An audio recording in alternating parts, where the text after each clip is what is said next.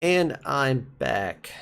I apologize for that. I had no audio whatsoever for like 30 minutes, and I was trying to talk with everybody and, like, do some stuff. And, just give people a few things into what I was doing. I couldn't, though. I couldn't. I didn't have any audio for the last 30 minutes, so I apologize. So what I'm going to be doing here today is just something I should have done before when I created the initial object for Blender. Highly organized at this stuff, so I don't tend to forget to do this stuff, but I was trying to get like a solid base down, and I was excited, okay? That's what it was, guys. I was excited, and I got a little ahead of myself and forgot to do this part. Neither here nor there. Fine. Just go back, you do the rough stuff, yeah. You do what you have to do.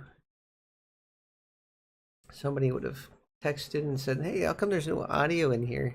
I would have been able to fix the issue. I don't know why the program loves to mess up like that. I need some. You know what I need? I need some music.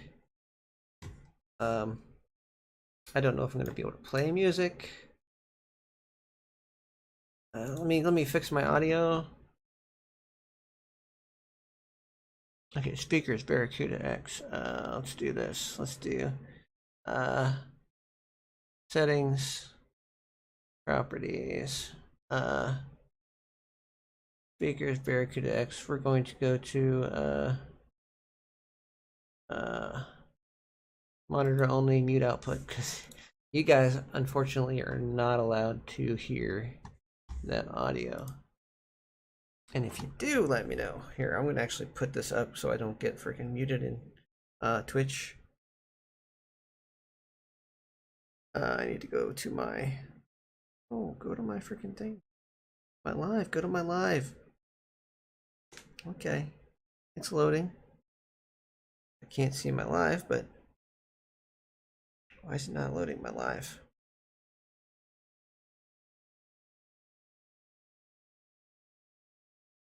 Activity feed. Can I see my live so I can determine if the audio is playing? Thank you. Come on. Huh. Why is it doing this to me? No, letting me see my own screen.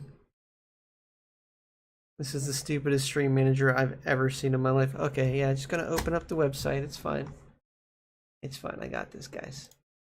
And then I'll go back to, editing my little project here. I'm sure you guys are all about. So let's go to Twitch.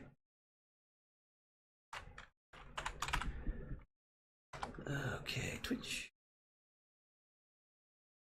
Hear myself. Yes, we should be. Nope, yep. Come on, turn back on. Or my headset turned off.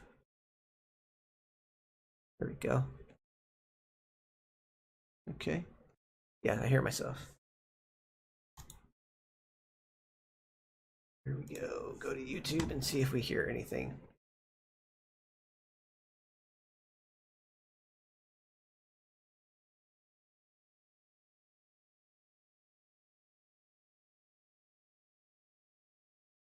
Nope. Okay. Good. Perfect. I would be hearing a double sort of audio if it was a problem.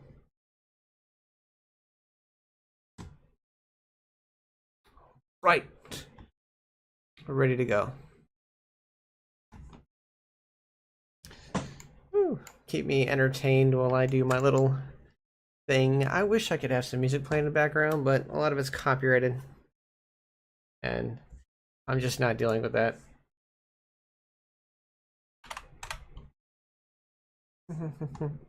Can't even sing while I'm doing this. It's sad.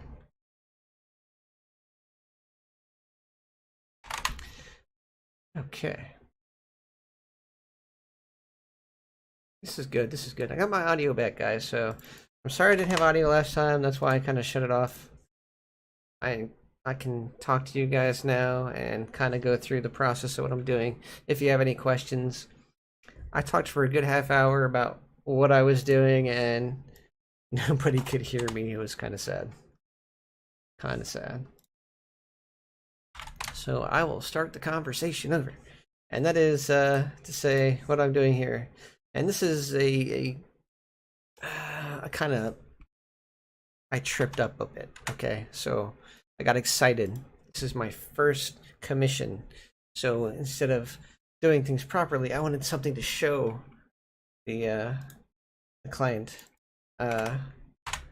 And I forgot to do a very important thing, and that was to make sure my UVs and materials were set up properly before I duplicated the object and put it wherever. Yeah, that was just a bad idea on my part. So now I'm going through and adding the UVs necessary for editing, for my editing, my style. And this is why. Oops. This is. Yeah, this is why you always do things the same way when it comes to rendering, because if you get ahead of yourself and you just want to show results, the performance will suffer tremendously. I was explaining to the client the other day that about set pass calls and things like that a little bit. I know they probably goes over a lot of people's heads, and I mean, I was able to show them in Unity. Obviously, you have to keep track of that stuff while you're building it in Blender, but you also have to remember all this Blender stuff isn't necessarily going to get transferred to the world. One of these objects and one of these objects are going to get transferred and made into a prefab. That prefab is going to be repositioned and repeated in the world, so it's going to be 99% proximity of where it was located in this world,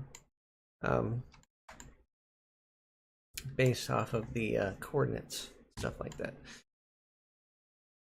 The reason I say approximation, because I'm not going to sit here and resize. Well, it should be really, really close, and I think all I have to do is just copy and paste a lot of this data right here into that world. Yeah, that's all you really have to do, because this stuff lines up.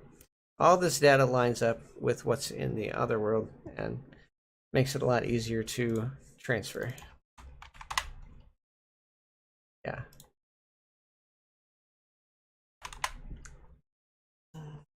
I will say, like I tried to say before, the reason I'm like considered to be in like the top 10 quality creators, top 10%, not top 10.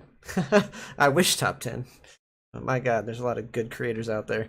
Top 10% of world creators is because my persistence with creating,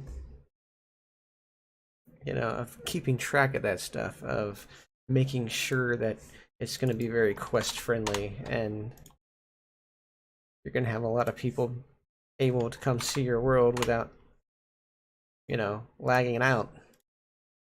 It's always an annoyance with me when people created worlds with like Pro Builder and stuff and didn't realize that their entire mesh is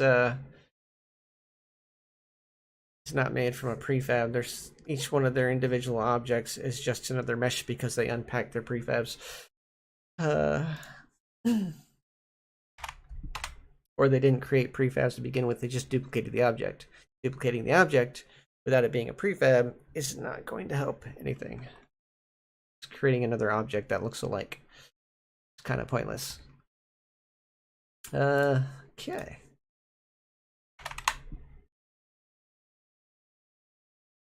There's also a reason that I keep putting the selected one back onto the active one, but I'll get to that later.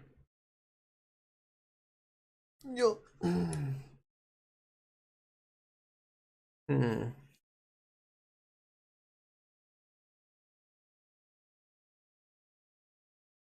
I wonder if I can just select all. Well, yeah, I can.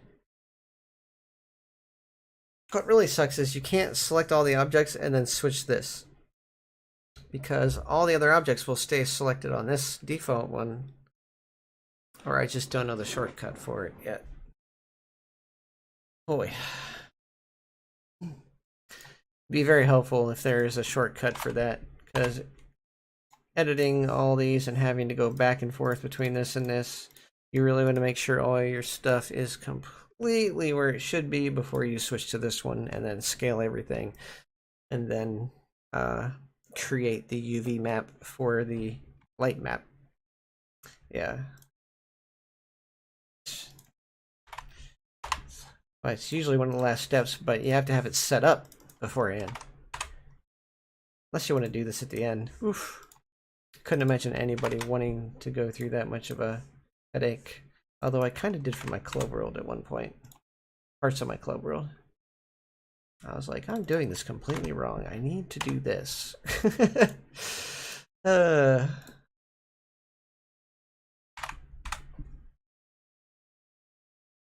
Yeah, that was the entire fence area. Is it now set up correctly? And see, this is what I like to see.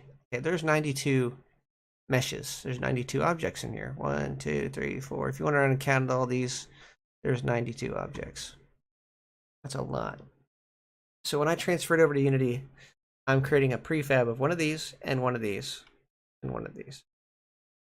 So up here, around this perimeter, literally, no matter how many times I repeat it, there are only 3 objects up there being called. 3 objects. You take 92 different meshes down to 3 meshes. Is that not, like, incredible? That is amazing. That's what that is. So yeah. Got a nice spiral staircase, which does have a mesh to it, or a texture to it, but not worried about that right now. All right, let's go to the stone lampposts. Okay, so lamppost MP, lamp, lamp, lamp, lamp. Okay, perfect. Okay, so these are the ones I can edit. Those are good. There are 6 of those are already set up. Metal truss. Metal truss. Where is this at? Oh, okay, yeah, these need changed. Okay, so we're gonna rename this stage truss. Copy. Control V. And then we're gonna call this Control V, stage truss UV, and go back. Right, now I have to do this to every single one. I don't know why they put so many empties. Oh, this was like made to be animated or something. Look at this. Like there's literally no reason for this not to just be the mesh. Than for like purposes of like animation. Like seriously. But I can't get rid of those now because they're all linked together with this. I don't think I can get rid of it. If I try to drag this out into metal trusses, it doesn't work. See, it's like, no, you can't move that. That's not how that's gonna work. Christ. So yeah, but each one of these and rename it.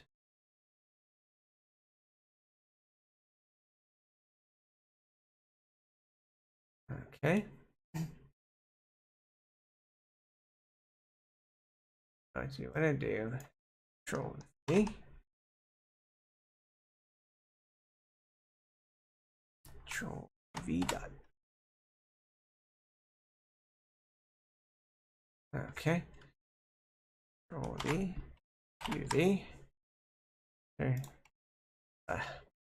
I'm so glad there's not that many of these. I think pretty much that's the last asset I have other than the stairs. That is and the TV. I'll get the TVs last though, because yeah, this is the last thing I have like a lot of right now. And I'll remember to do the proper procedure next time I have this stuff. That way I don't mess it up. Yeah. Don't need to do anything with that. Just this. Just this. Okay, so material. Control V. V. And this one needs.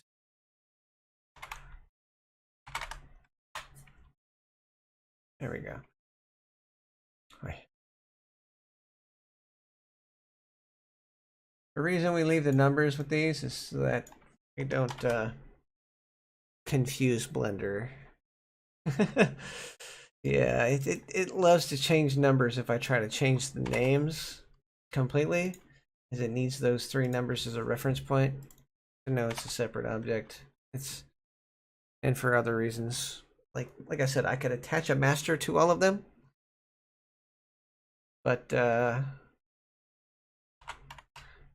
that would be time consuming. So let's go down to 3. We're on number 4 now.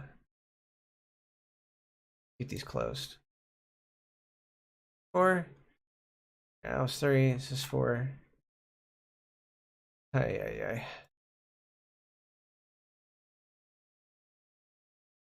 On me.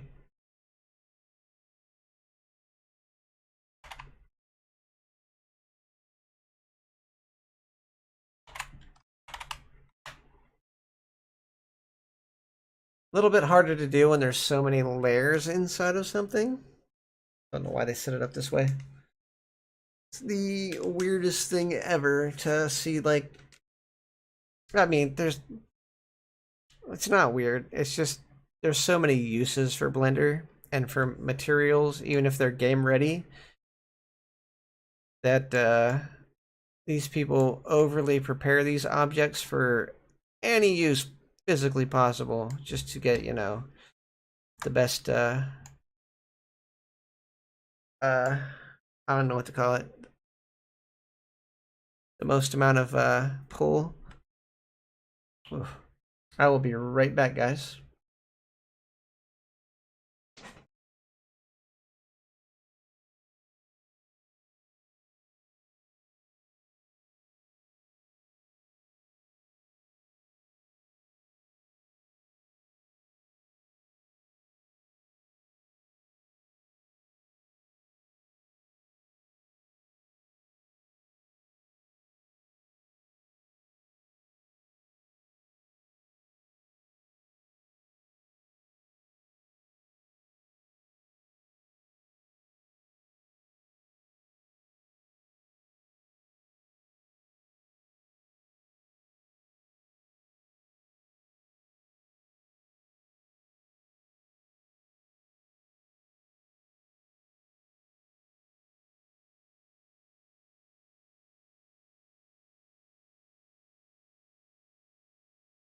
All right, I'm back. 4. Done. 5.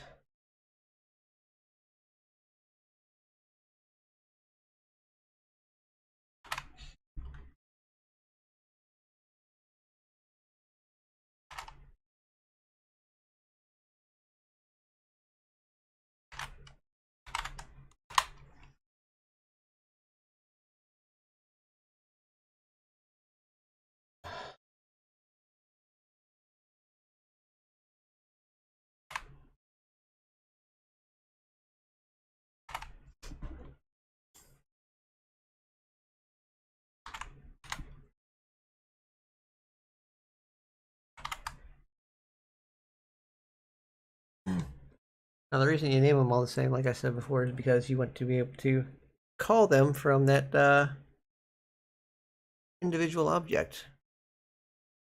And yeah. Make sure my audio is still on. Come on, get back over there. There we go. There are a few filters on my audio, so if you notice that it cuts off sometimes before you hear an entire word. It's because of those filters. I try to speak loud and clear, that way people don't have to worry about that, but it happens sometimes regardless. I will be right back again.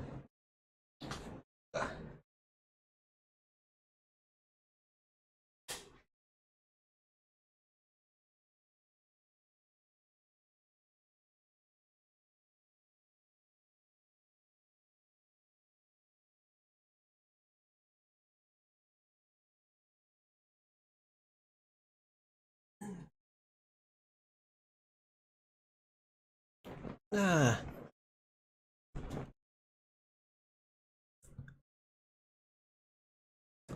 okay. So yeah, need to work on talking myself up, but I will say this. See, I want to give you a fair assessment of everybody else's work compared to mine. And really, in all fairness, there is more than one way to skin a cat. But when it comes to performance related things, there's only one way to really affect. There's only one method to increasing that performance greatly, and that method involves several things. Things like real-time lighting, avoid that like the plague. Until the next gen Oculus comes out, which might be like a PC. In which case it'll be able to handle real-time lighting. But even then, be sparing with it. Be sparing with it, because you can only have so many real-time lights in the scene before it's going to cause a really big issue. Mixed lights aren't as terrible, specifically if they're only bouncing off a certain number of things, but people are going to notice that. Sometimes people are going to notice that. Other times, maybe not so much. Or if they hop the Unity boat and go to Unreal Engine 5, Unreal Engine 5 actually has what's called baked real-time lighting. I know, how in the world can you bake real-time lighting? It's literally real-time lighting with the performance of baked lighting. Somehow, they're able to generate a light map with all the calculations already pretty much put into the light map area. And, like, the light probes pick up the rest of the calculations, I'm assuming? Or, I just don't know. Like I said, I'm not big on game engines or how they work and junk like that, but I do do know. Oh shoot! I got. There we go.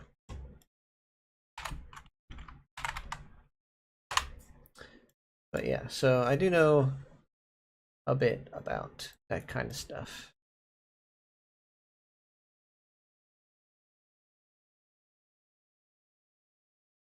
So glad I caught this now, rather than like further down the road. That would have been terrible.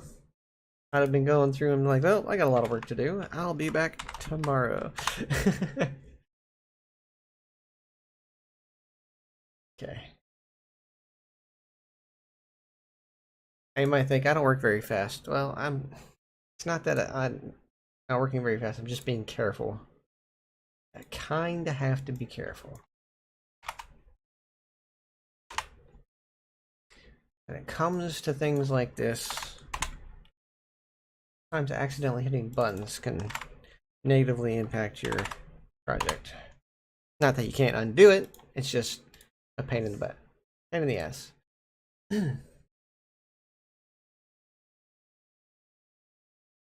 Boy. This. Sequence, Blender file, data API. Oh, nice. Nice.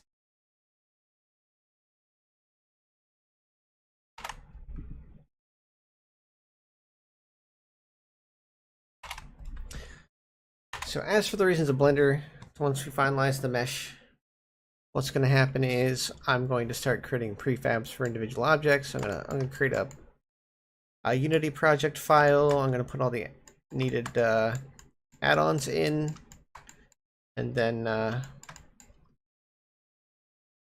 start creating prefabs based off of duplicate objects. I'll also put the single individual big objects in there first, like the pool area, the world area, any furniture and stuff, or the house structure with the materials on it. Like, things are gonna get way more detailed as I go, but at the same point, it's gonna be a lot of prefab stuff too.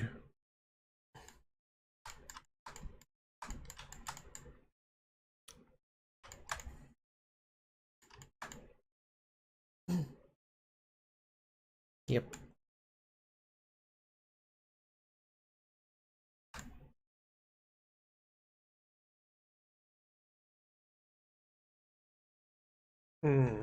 Let's see here. That one's good.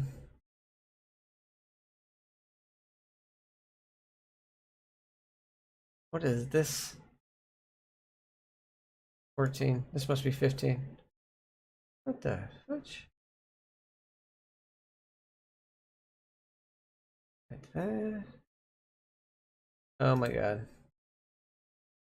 I was on 14. That's what I was on. Where?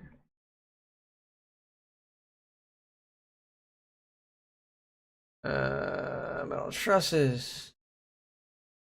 13. Were they inside of each other? Nope, not that's the same thing. What was I renaming a second ago? I could have swore I was on 14.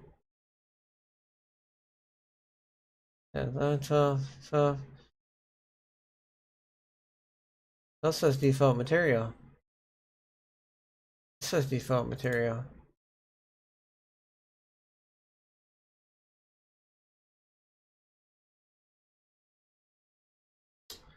Hold on.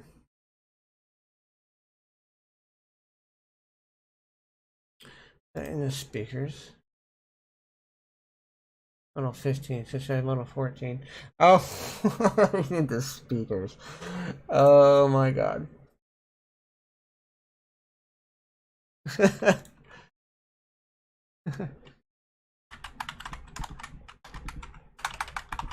Stage speaker. See, this is what happens when you rush yourself, guys. You can easily accidentally do something detrimental like this and end up having to speaker UV speaker. Okay, that one's fine. And then speaker Control B, speaker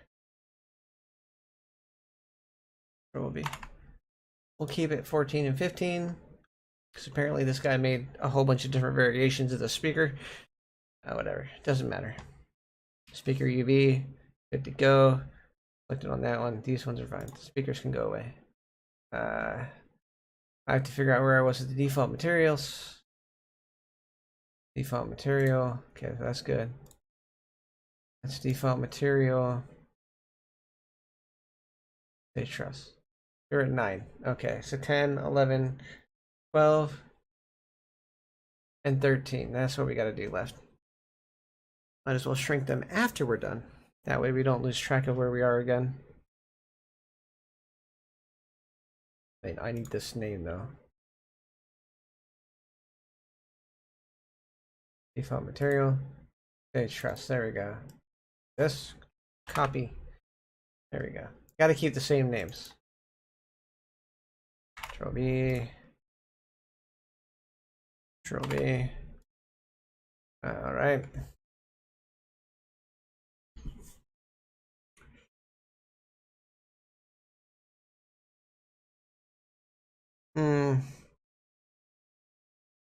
Kind of wondering why I'm not doing this for myself to better the whole thing, but no,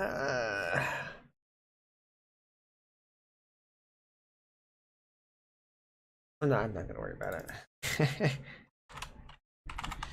there's something I can do right now. Like, look, watch. You want to see something incredible? All right, look. There is a way on the Sketchfab model, stage truss. This thing right here. You see how it says master? Stage truss, master? I can link all these to that master stage truss. I can go to here. I can pick this, and I can be like, well, let's just go to stage truss. Bam. Now that one, even though it's in that spot, is linked to there. Right? It is the same as stage truss. Stage truss. And now if I edit that one changes as well. So I can do that. I don't need to do that for this project, but I can do that because literally the Unity project is being set up to quickly add the materials and giving no cares to how many objects there are that are being called. Whereas once I actually get to putting things into Unity, I will be only using technically that master.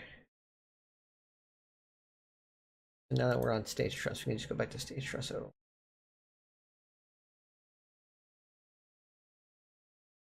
Which is this one? Yeah, see, stage truss 01. Yeah. So we don't need that one. We're going to be using this one and putting it everywhere. Yeah.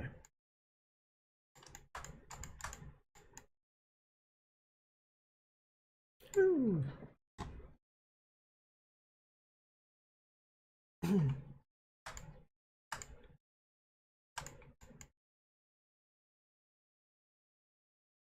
Now, to make certain rooms look better, I am highly... Hold on. Shift tab. I'm highly considering baking some of the walls, baking all the walls, specifically in like this room. Maybe like right there. Because to have a baked material, I can bake the lighting in the room onto that material. That way it looks a little better. Even when lit. Yeah. So if I bake the material and use the albedo with the lighting baked in, it'll look a little bit more realistic once we get it into Blender. It'll just have to be a separate object, that's all. It's kind of suck. But it'll look better, guys. It'll look better. A little bit of extra flair I didn't do in my world because that would have taken a lot of different walls baked and set up differently.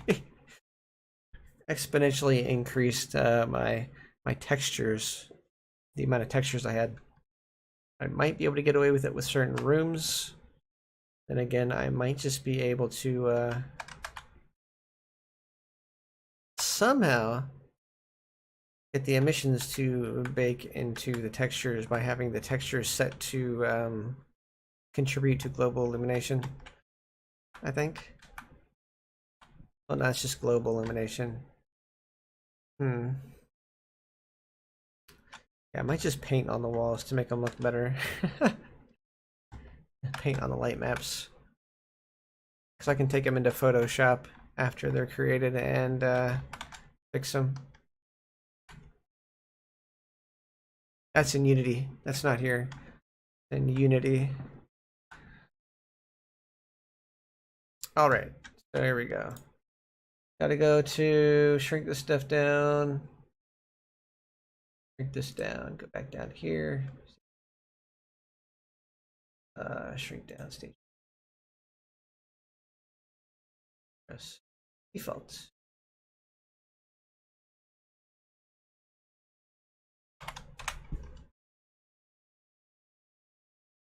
Like I said, there's more than one way to skin a cat. And I just decided to do it the shortest way I knew how. Produce the most results and the best results, the most efficient and the most optimized performance that I can do.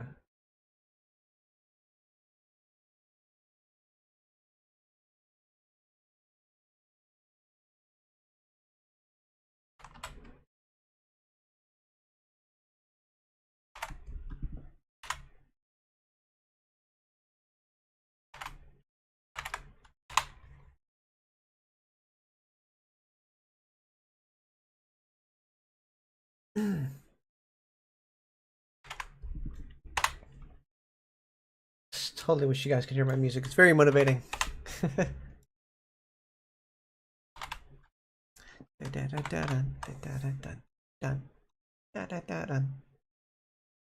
Okay. Woo. I believe that is everything. Like literally, that's everything. Except for this, which is 1. And I already renamed it and selected it. Yeah, we're good. I'm going to slightly redo that one. It's going to become multiple objects instead of just one object. Because I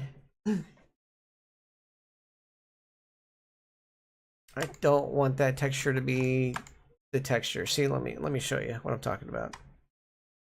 Not tab, this one. I don't know what tab does, but yeah, you do. Okay, so if we go here and I show the material preview. There we go. So it's got oops, hold on. It's got a very wooden staircase, got some metal parts to it, but mainly just a wood staircase. Kind of tacky. Looks good for what it's worth. Looks like wood. Obviously repeated. Obviously game ready. But I want some emission on it, so I'm thinking about doing the. I think if I select it, hold on. There we go. Tab. I'm thinking about taking the separating. Come on, separating all the sides all the way around, like all these sides, all the way around each step, and making an emission, and also underneath, all the way up, making that emission. That way you'll have the wood, but you'll have the emission going up the steps, and I think that'll look pretty sweet, especially with the metal and stuff underneath. Really gonna light that stuff up and make it really nice. Gonna be like the red emission that they want in their world, because they want those little those spots. But yeah, that's what I'm thinking about doing with that. That way it's still kind of fancy, but at the same time it's got that same appeal and feeling. And don't worry about this messiness to it. Once you get into the game engine, you don't see any of that crap. It looks nice and smooth. I'll tell you, for some reason, game engines are much better at rendering game objects than Blender. Don't know why that is, because it's a game engine. That's what it's made for, but Blender's a render engine, so it can handle a lot of information, but that's because you don't have players in it. So look at that. Very smooth. Why does that look like a separate piece that guy had to fix? Whatever. Not gonna ask questions. It does create a nice little effect there, so very nice, very nice. But it's gonna look even better in the game engine, like I said. That's why I'm not really gonna edit it too much. I'm probably gonna put a red, like, okay, so grab this one. Okay, so around this section, I'm gonna separate this and put some emission, and probably put some emission here, and maybe around this area right here, and around both of these, and then maybe around the outside right there. Maybe right there too. Yeah, so around each speaker, around each group of speakers, that line, and around each center to these ones.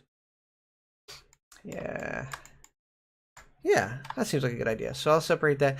It'll keep the texture of the speaker intact, but it'll have a separate object that for a little added extra design, and then I can prefab that whole thing with the multiple objects and put it over here. So you're not really adding all that much, considering the material is going to be repeated throughout. The emission material is going to be the same everywhere. One material, and I can put it in as many places as I want, and it still only draws that one time for that one object per object. That's why these stairs, let's just call that object once, call that material once. These things only call that material once. However, if you do see like these wall textures, that's solid. Yeah, you do see these wall textures and the stairs, and you both see both of the emissions around those areas, like around these things where we're going to put them, and then around the stairs. It'll call that material twice because it's per object, but it's not taxing. Like these objects are all the same object if they're prefabbed. They're the same object, it just calls it that one time. One object, one and two for the materials. I think it's one per object, two per materials. That's how set pass calls work. So like if you can keep them under 30 in your viewport, you have a phenomenal world. I think that's my own personal opinion. If you can keep the set pass calls under 30, no matter where you're looking, you have a fantastic world. That is a hard thing to achieve.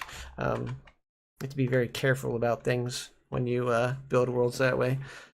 But you will have a fantastically optimized world that will not cause anybody to lag. And you can get a lot more people in there.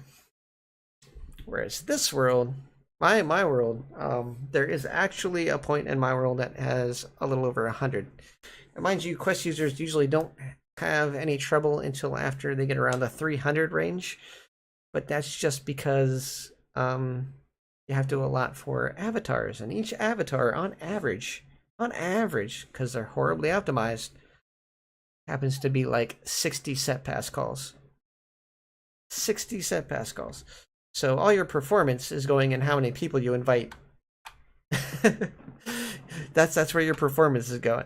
So there's told that to people many times, like there is really no way to get around fixing the issues of a world, because it's not usually the world that's causing the issue. It's there's too many people with terribly optimized avatars coming into your world and you're lagging. The only way around it is stop showing all those avatars. I know you want to see them. I know if you're going to take pictures, you definitely have to show everybody, but you got to take the performance hit with that comes with it. I've done it before. I did miss somebody in one of my pictures from my home world, but we'll fix that eventually. Yeah, we'll fix that. All right, so I think we're ready to do that. Yeah, we gotta do the TVs. Let's get the TVs. Yeah, so TV box for one. What? There's multiple TV boxes. Hold on. Is there a box in the back and the box in the front? How many different objects? TV screen, TV screen. Oh, okay, yeah, there's two TVs. So box, TV screen.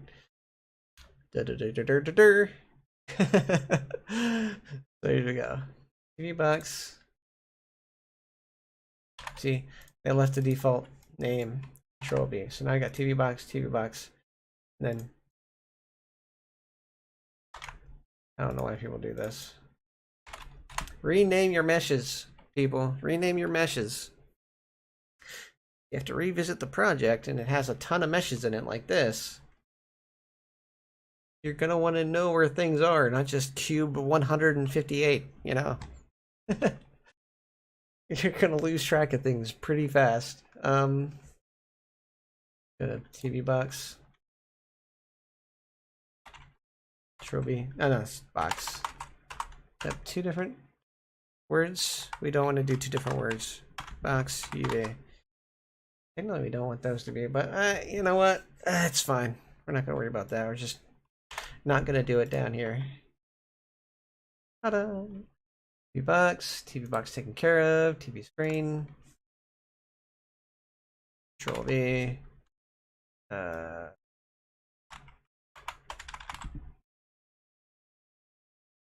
And good. Okay, so now we can just go to box number 1.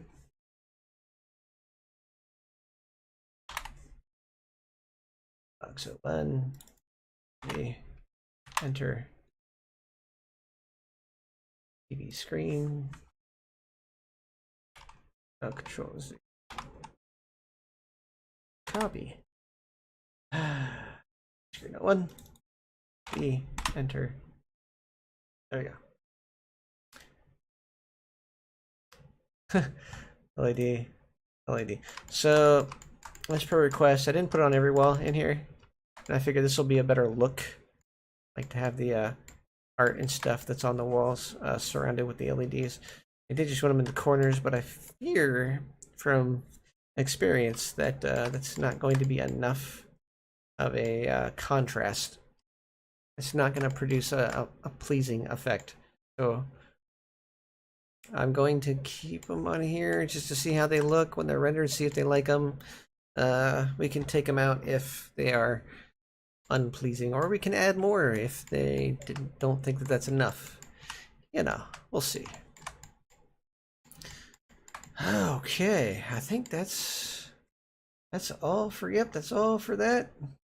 The main floor. The main floor, the reason why I'm not doing a whole bunch of different UVs for that right now is because when I get more detailed, that's when I start breaking up the floor and breaking up the house. See, this is the house base render. It's just all the walls in the house. Anything that's attached to the house. See? I haven't started breaking it up yet. It's very general, it's very basic. I haven't worried about texturing, so I don't have to worry until I create a separate object and Angons. Angons. Angons or Angons, that's what these are called. People are like, you don't want to do this. These are terrible. These are terrible. Don't do that. If you resize, rescale your UVs based off of the final render, you ain't gonna be able to see that crap. You're not gonna be able to see that crap. I just run into the problem so many times where people just don't want to learn how to properly do UVs to know that the entire problem with Ngons is people not doing their UV maps right. Oh, it doesn't like the math. It doesn't care. As long as it knows the proper scaling, you will not even notice these being there. It'll be a straight, smooth line. All else fails, I can just add some more corners and fix that shit. You know? It's fine. Perfectly fine, guys. Don't worry about it. I'm used to working with meshes now. Got some Ngons over here. Ngons, whatever the hell they're called. I said, once I do the whole thing, and scale it, like if I tabbed out of this and went Control A and scale, oh voila. Now that thing's UV map is scaled to the thing, and if we go into, because we can do this, it doesn't matter, I can do this right now, and we go into UV, right, we hit all, see how crappy it looks right now? It's all messed up. We just do a generic smart unwrap, boom, look at that. In the Zengons, when there's a texture over that, you're not going to notice that. Straight across, it's in the right scaling. That's the doorway. That's the other side of the doorway. You can tell just by the way it's formed, but this is scaled properly. No matter what's on that, it's gonna go straight across. Not gonna look weird or anything. That's it. That's all there is to it. People just don't know how to scale their shit. Anyway, so and the reason I said I could do that is because anything marked UV right now, that's just what that's gonna look like. Like if I go tab and all. This is on UV map. Yeah. Look how that looks. So now we go tab, we go control A, scale. And that kind of fixes it a little bit. Not really. You have to unwrap it. So smart UV protect. Okay, boom. Boom, look at that. Pool's fixed. Everything inside the pool's fixed. Like these are the corners in the pool. These are the steps. These are the beveled edges and stuff. There's another part of the pool down in here, right around there. I think that's this area right here. Yeah. You can kind of tell what everything's like. This is what happens. This is the stage area. I've got all straightened out. That's where it's going to be colorful. We have brim to the pool, and you also have the little stage thing. People can jump into the pool if they want. Yeah, it's going to be fun. It's a fun little world. I kind of, I'm going to admit, I'm not going to say how much, but I did it kind of for the cheap. Then the person should technically not be getting this much stuff, but you know what? It's my first commission, and I'm allowed to do what I want. I can do what I want. I can do extra work if I want to make myself do extra work. Ugh, it's okay. Anyway. So yeah, once I start breaking this apart and making prefabs of it for the Unity thing, it'll be great. But that's after we have textured and redone the inside of the map for Blender and get the final product ready. It'll be all textured, it'll be all lit, it'll have a generic idea of what the light's going to look like. We can also fiddle with the light in Unity once it's all said and done. But yeah, that's the way that's gonna work. The process, guys. It's a long process. I had 4 days straight to work on my world, and when I mean 4 days straight, I meant the whole day. I like what people don't realize. Like I can say, yeah, I completed my world in 4 days, but I worked on it for 4 days straight. If I could do that with every project, if I was paid enough to do that for every project, oh my god, I'd be able to show out at least like one world a week, because technically I'd have to upload it to my account to gain access to it as a private world before actually, you know, once the finished project is done, then I will upload it to their profile. But yeah, I do have to do testing in my profile, so I'll have to have a private version of their world in my profile. And that's why I don't necessarily need the credit in their world. It's just nice to put the credit in their world. Somewhere small and insignificant, probably the description, I don't know. maybe at the spawn point there might be something that says, hey, Pocky built this. Why did my phone listen into me? Let's see. Stream stats. Did you go offline? No, you didn't. Oh, it's from the other one. Oh.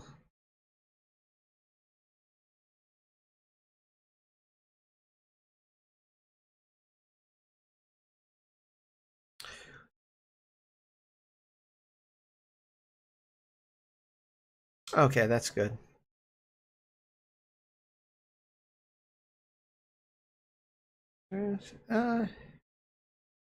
This issue was resolved. Okay, that's fine. The issue with being a rideshare driver. I had somebody vaping in my car today. Like, dude, would you smoke in a taxi? No, you wouldn't. Don't smoke in my car. I don't understand people sometimes. I really don't. Okay. Well, that went by relatively fast. Considering I've made bigger mistakes in the past, that was a small one. All right, so let's go back to file. No, and layout. Because nobody wants to look at a small map. All right. Okay. So what we're gonna do next, and this might take me some time, is creating assets from scratch would make this take months. So we're not doing that. It's like the speakers. We got those speakers. We got these trusses, metal trusses. We got the staircase. We got these and the fence. Mind you, I probably could have created the fence within 20 minutes or so. And probably the same thing with this and that. But more complex things like these speakers might have taken me a bit longer. And also the trusses. Although I think I could have done a pretty good job with that, seeing how simplistic they are. I just don't really have the mindset to mess with that stuff right now. Not to mention having to find a good texture for them. So minor edits to already existing meshes is the way to go, especially when you're planning on optimizing the world anyway. So no matter how many times you repeat that said object, it's not going to affect performance. You just got to make sure that you're keeping track of how many of those objects you have and about how many you have in the viewport at a time, so that way you're not overloading the headset with many tries and verts, because there is a limit. I mean, it's quite a few million, but we're not going to get into that. You don't want to always be putting people at the millions point. And that's the sad thing about avatars is if you look at your standard non-optimized avatar in a world, and they have about 500,000 tries and verts. That's why there's 60 set pass calls, because they have a ton of materials, a ton of meshes, and a ton of tries and verts. They're very performance heavy. Because everybody's like, I want a pretty avatar, but I don't know how to make one properly, so I'll just get a whole bunch of assets thrown together without optimizing it whatsoever. And that's why when I get into creating avatars,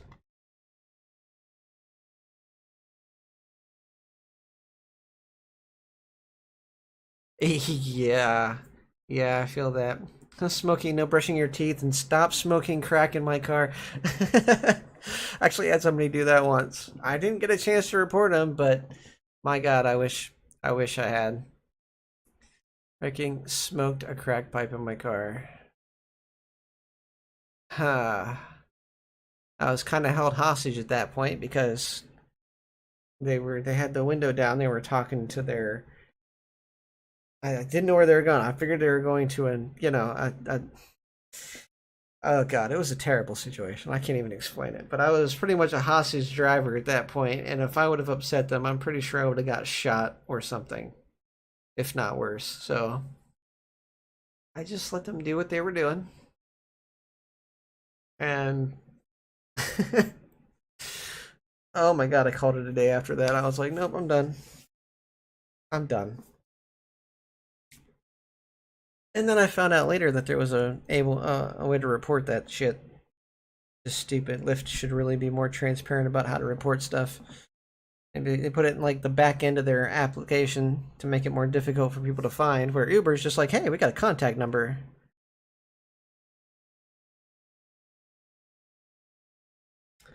Huh.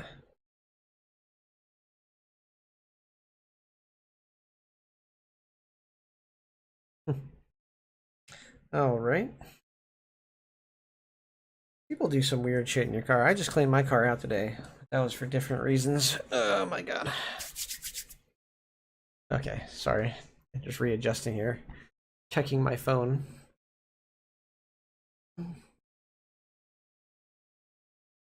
Okay. So what was I talking about? Oh yeah, unoptimized avatars. Right, so I could beat that point into somebody until they're red in the face how many different ways unoptimized avatars affect performance. But like I said, it makes it so the world creators have to create these insanely optimized, very great performing worlds, but most creators don't. Like I said before, I have no clue why I can't get all these commissions right off the bat because of how my world works, how good it is. But then again, it usually has to do with, not everybody can afford to pay me to exist.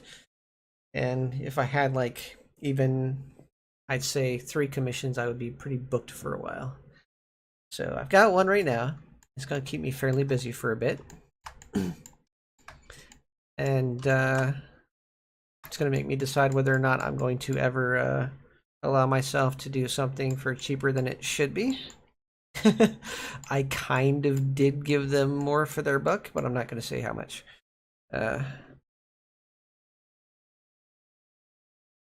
Let's see here.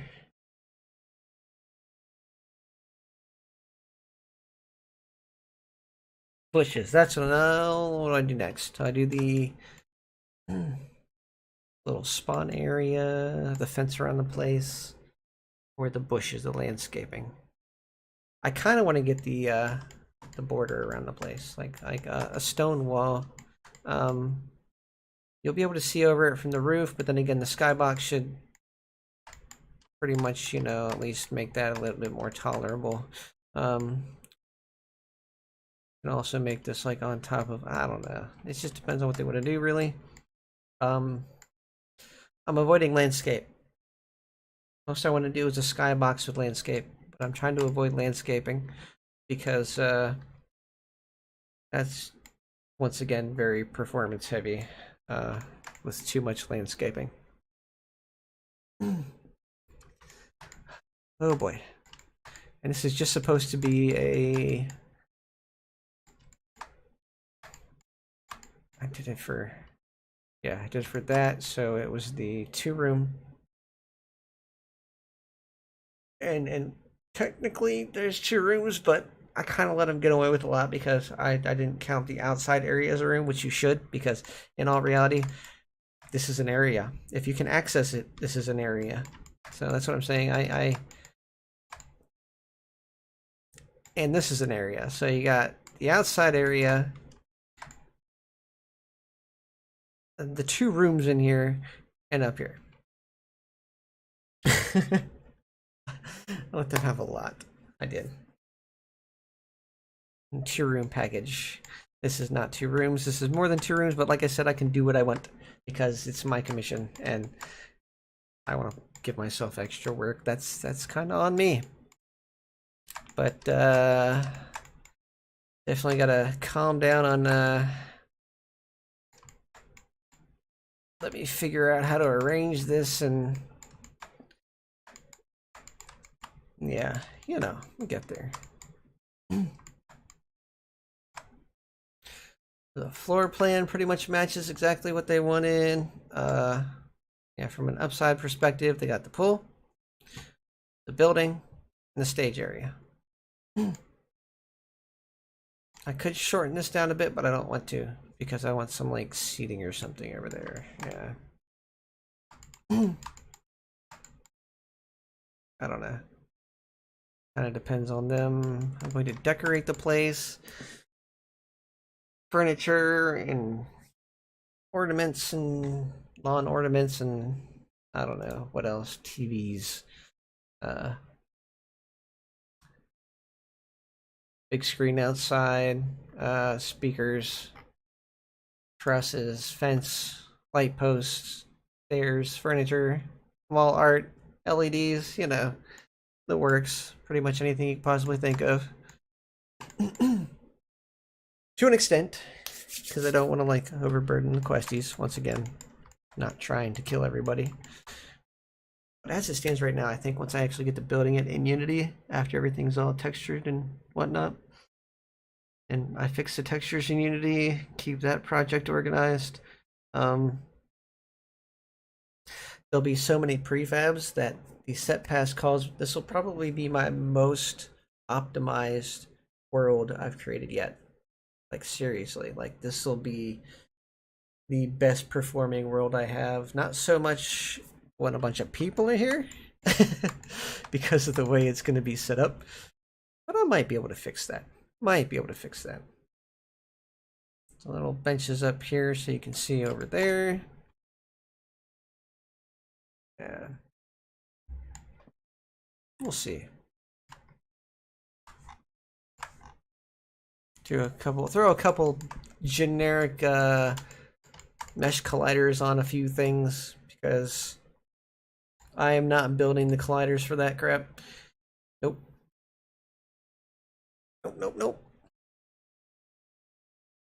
Well, that's what I might do with a lot of this, even though the colliders I make myself are more less likely to break. Things are less likely to go through them. I still do not want to do it because that's a lot of time. Building colliders is time consuming. It should be done per object.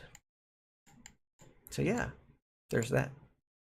So this is going to get the whole, once I get into Unity, I'm going to click on it and go attach, there's a little drop down menu. So add component, mesh collider. Boop, done. You can now climb the stairs.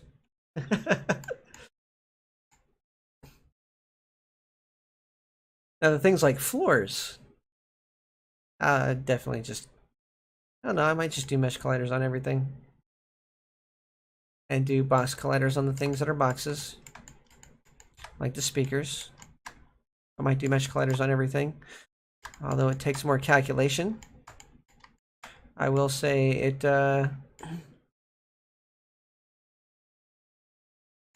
doesn't really affect performance all that much. More calculations, but it's not that much more.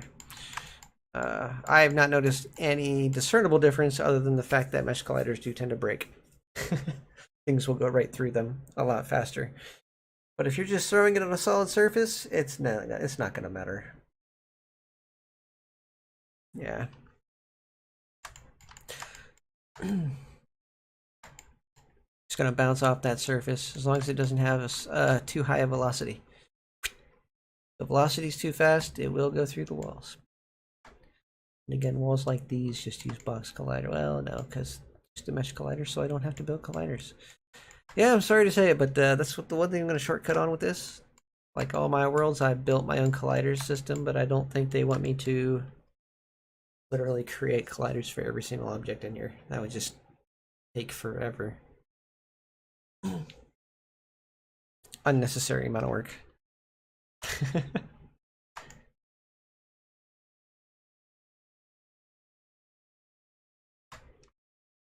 Let's see.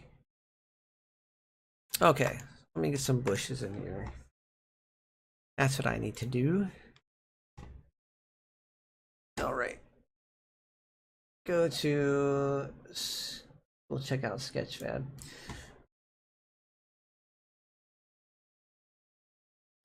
We're going to look for bushes.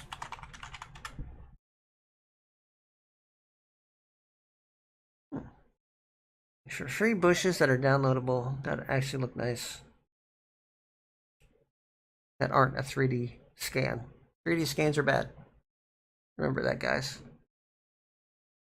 Small, stylish bush.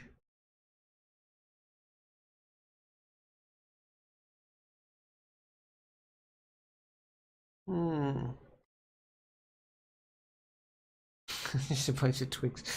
Okay. Oh god, a bald bush. That's not good. See, that looks nice, but that is literally a 3D scan. Oh god. Although it doesn't have that many polys. I'm half tempted. I am literally half tempted. Hold on. Let me see this. Only 7K? Oh no, that's 7K views. Oh no, we're not using that. I would drag this over to the screen, but I'm not going to. This is why you don't use 3D model. Okay, I will. Here, I'm going to show you guys this. You guys should be able to see this. Okay. Looks really nice. Really nice. Heavily detailed. A little bit weird from the angles. But, and it's a very, it's a 3D scan. So it's just what it is. But even just being what it is, it's over 300K triangles and 195K verts for this one object. That is unnecessarily big. Don't do that. That's why you don't do 3D scans, guys. Oh man, that is terrible. Okay, and I had some birch trees I wanted to use in here, but the shaders were not Unity friendly, so they would not be VR chat friendly. Like crap, is that another 3D scan? Freaking bastards. They're 3D scans. They look phenomenal, but they did not. This might be something to get. That's a little bit of money though. English? Very weird. That's very square. No. That's money. Yep. Oh, there we go. This isn't even being downloadable. That sucks. I hate when people do those freelance projects, but they don't sell them or make them downloadable. Like, let me look at this. Okay, so it probably doesn't have a very good. These would be perfect. Okay, right. Look at that. 2.2K triangles and 3.8K verts. That is amazing. Can't buy it. Can't download it. I hate people like this. Why you gotta tease me? I would purchase that. Come on. That's a great bushback. A great bushback. Anyway, moving along. I just realized it sounded terrible. Okay. This is downloadable. These do not look terrible. Exactly what I had in mind, but it might be good for a little bit of landscaping. I want actual freaking place.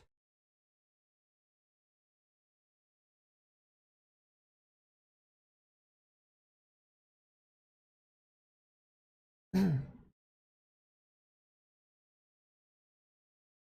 I do bush garden or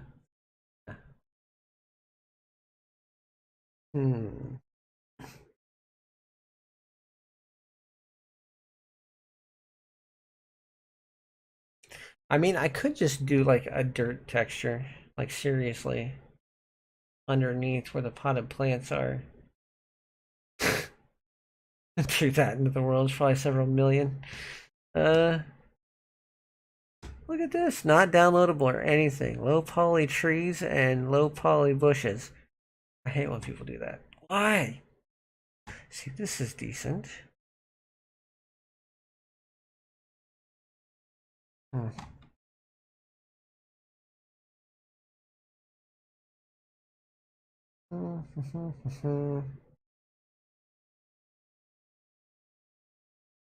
It's too basic. Look at these. Ugh.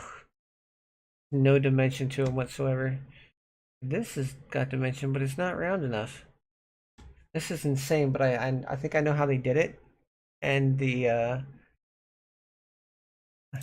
what's it called? The shader is inappropriate, terrible shader, and it won't look like this. Yeah, this shader is actually a transparent shader, and they're on a flat plane. It's partially invisible. You can't do that for Quest. It's just going to pop up with that flat plane, whatever color it is, and then a whole bunch of these on the outside of it. It's going to look terrible. I could show you with the birch tree. I think I'm going to show you with the birch tree what I'm talking about because I feel like that's necessary. So I got a birch tree asset, right? Import. I think it's this format. So let me go back. Other assets, objects. It's under birch trees or under tree? Trees. Birch tree. There we go. Source. Okay, so it's an FBX. My bad. File, import, FBX. C drive, Blender assets, objects, trees, birch tree. Source. Bam. Watch this. Okay, this has this. Okay, so look how these look. Not too bad, right? Let me grab X. That's what I was talking about. Look terrible right now. Look terrible. And then you go like this and you go, material preview. Oh shit, the material's not attached. I have to create the material. Oh my god. So I could just go to Sketchfab and show you these trees, what they look like. This is the tree. Okay. Birch tree. It is from not that pack. The downloadable pack. There we go. This one right here. This is what these trees look like when they have the appropriate shader attached to them. Look pretty incredible, don't they? Look pretty damn good, I'd have to say, other than the whole weird thing going on with the I don't know why they did that. It's just stupid. Yeah, it's just how the way they made the trees, but they look pretty decent for what they're worth. But these are unsupported shaders. Literally, you will see a bunch of green dots all over. I can show you. Watch this. Okay, so material is material, I think. That's shading. Yeah, so.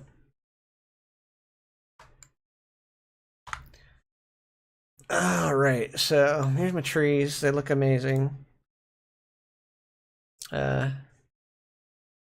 E-drive, Blender assets, objects, trees, birch, pictures. Okay, so.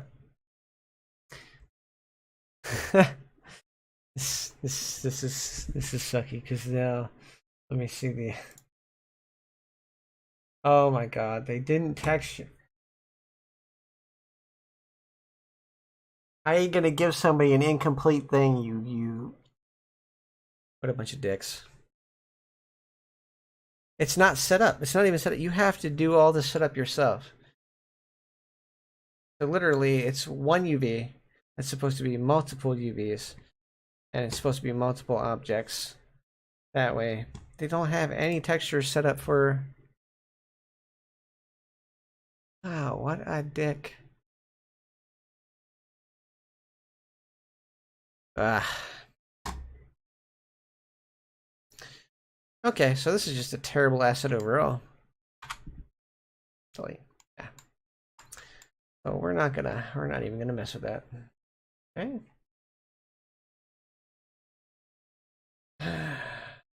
Nothing. Swear. Some people just, and these were under game ready. Game ready. They were not anywhere near ready. Okay, so go back to trees. Actually, we need to find a tree. Oh, that's pretty cool. Twisted birch, but it's just a stump, isn't it? Yeah, just a stump. Birch trees, money. Better be set up if you have to pay money for it.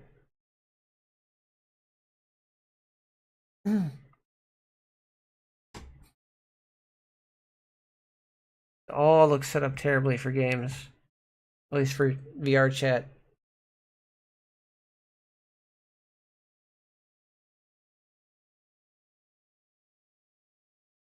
I should do a project called the Awesome Tree Project, where it has literally like 3 different prefabs, and it only takes up 9 set pass calls per tree, or just for one tree, and then the entire tree is prefabbed, so that way it's just 9 all the time, no matter how many trees you place, and you can reshape them, resize them, and put them everywhere in your world. And put them in different positions and put them in different heights and lengths and stuff, and they'll look like different trees, right, for the most part.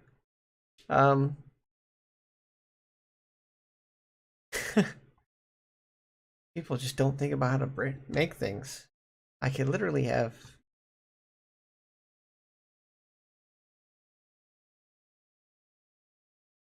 you should understand, I could procedurally generate a tree. You really can.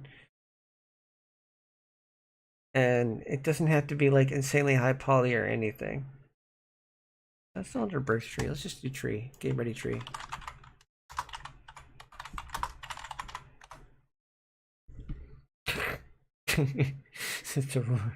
Okay, so this is a tree. Terrible quality, isn't it?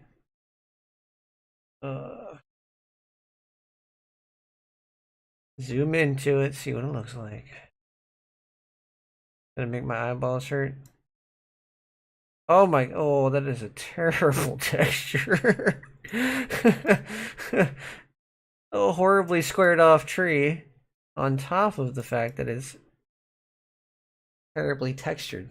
Oh my god. The leaves are excellent. And it's just the one leaf over and over again. He's got the right idea, but he's got the wrong. He got lazy when it came to the tree itself. God, you could literally create an amazing tree, right? And then not have it look like cartoony or like crap, and not have it take up so much space. I can't download this awesome looking bonsai tree. Dick. How about these? You look kind of nice. That's your pine trees. Low poly pine trees. Let's see here. I think. All right, zoom in. Oh, oh, oh, oh.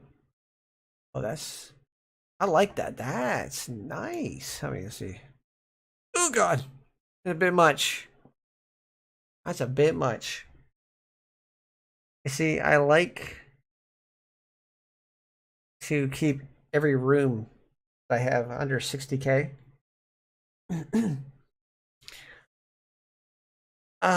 Yeah. I don't want you to stare at one tree and have over 60K. Oh God.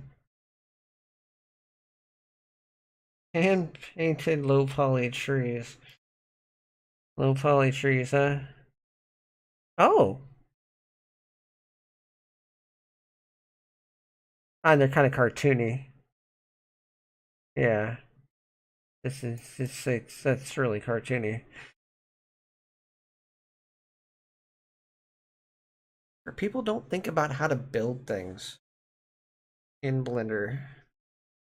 Very powerful render engine. Uh,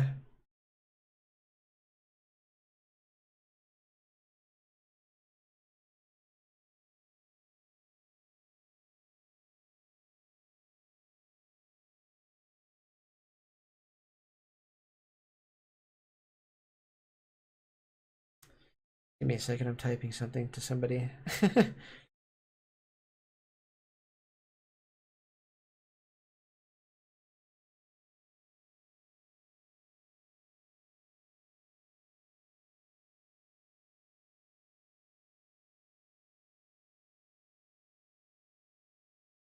Moment. There we go.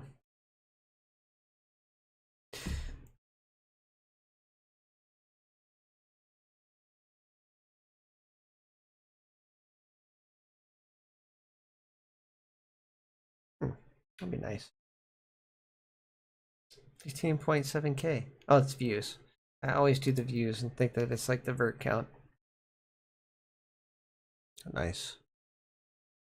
Well, where are the stats? My God. Christ. 500,000. She's 1.2 million. Yeah. Okay. Jesus. Oh my God. This is the stuff I have to deal with, guys. Ah, God. Procedurally generate your trees, people. You guys suck. They could totally do it. A lot of these people just don't want to make nature. High poly tree. Huh, God.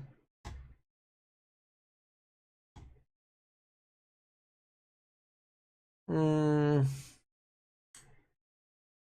And bushes. Bush garden. Bit excessive, but okay.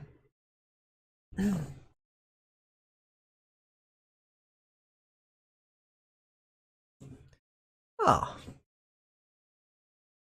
That looks nice. I know exactly where I'd put that too. Hold on, give me this. Let me see.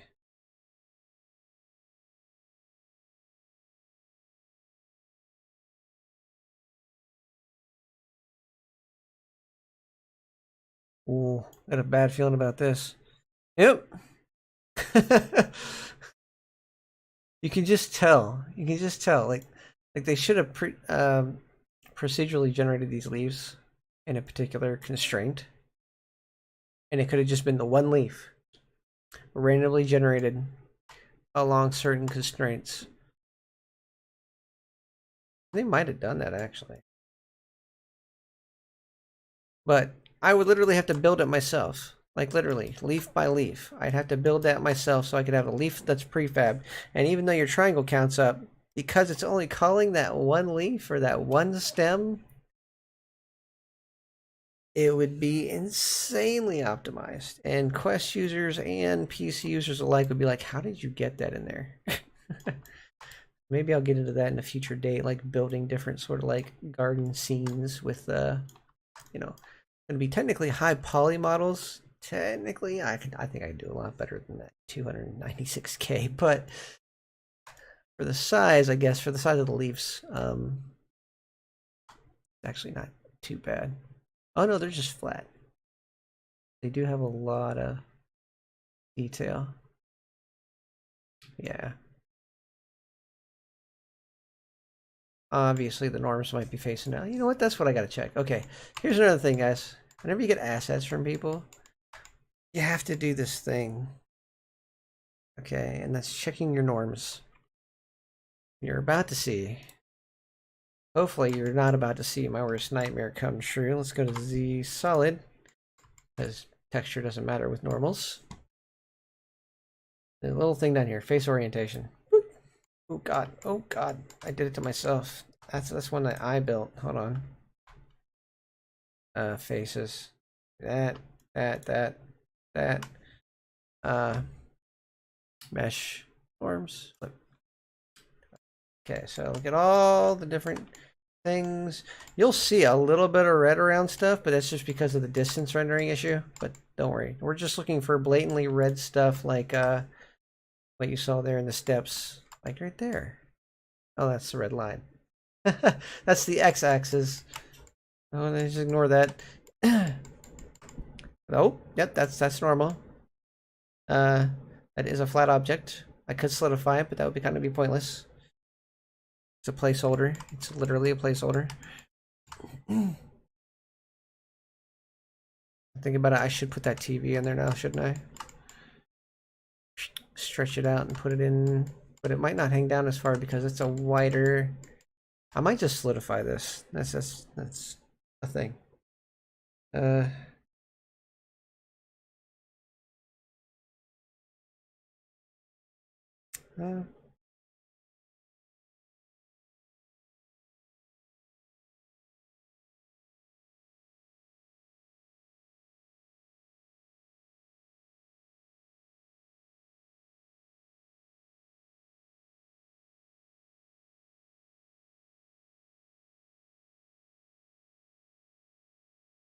Okay.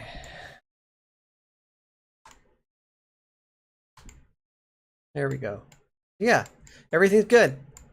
Everything's good. Everything's facing the right way. Good job. Good job, me. So yeah, you get stuff like this. Or if you turn the face orientation back on, you'll see through that. You'll literally see right through that. It's just how Unity works. There's no what's called backface culling on any of that stuff. Well, there's no need for me to have those particular faces, actually. Here. Oh shit, nope. I don't think I need any of these faces down here. Oh, no. No, go away. Miss. Ish. I'm pretty sure. No, no, stop it. There we go. Okay. So there's no need for that to be down there because none of that shit is rendered out. So if I go X and go faces, yes. Takes care of that problem. Yeah, certain faces that are unnecessary. That's necessary. Grab that one. They're not letting me grab that one that's kind of in between there. Oh, because that is that. Okay, never mind. Oh. About this. Oh, see this line?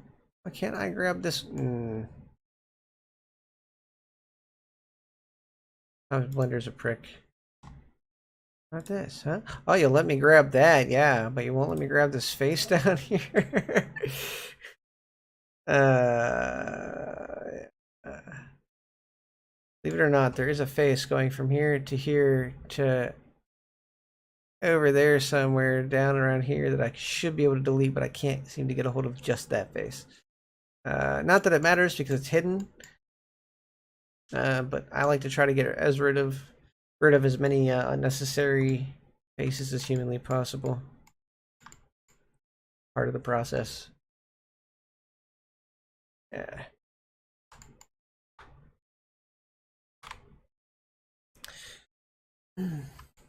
Okay. 7 o'clock in the afternoon. I've done nothing productive my day. I fixed that, so now we can really go faster. The problem I'm having now is simply finding good assets. How about potted plants? Let's get some potted plants going. How about that? Ah, there we go. Okay, ready. Potted. There we go. Perfect. Ooh.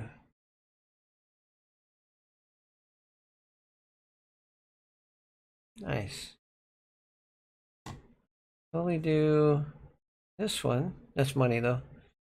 Ah, it's not downloadable. It's not downloadable. The fuck? This is freaking insect head. Why? Why do you hate me? Check out these ones. It's like a whole group of potted plants. Hopefully they're not crappy.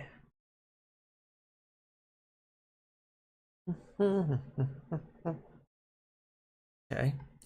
Like I said, they'll look better in the game engine. Relatively low poly. This is the count for all of them. Okay, this is all the plants combined. Really good poly count. Really good low. Yeah. Okay. Now I might be able to edit some of this stuff away, like the holders and whatnot, and some decoration. Maybe put a couple of those in. Maybe put like one of those in, just here and there. I'm gonna get this. I'm gonna get this asset. So we're just gonna download this. We're gonna go with the original Blender format. Should have all the texturing and everything to it.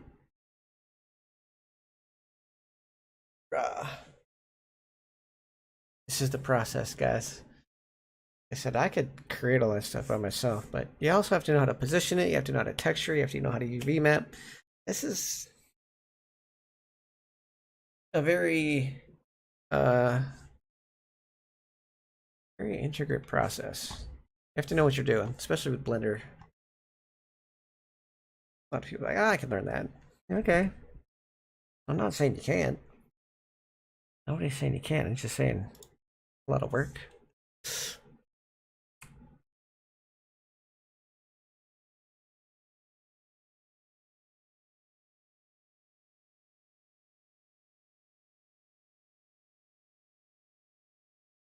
Ah, shit. All right.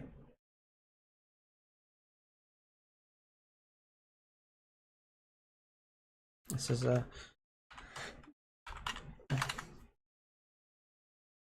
plants. We're gonna go new folder.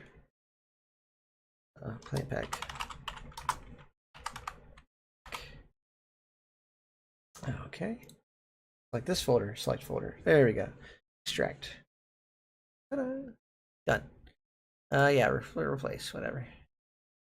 Yeah, source and textures. Some houseplants. Why does it do that? Extract. Oh! Extract. Ta-da. That's it. Okay, cool. Source, textures. That's all the textures.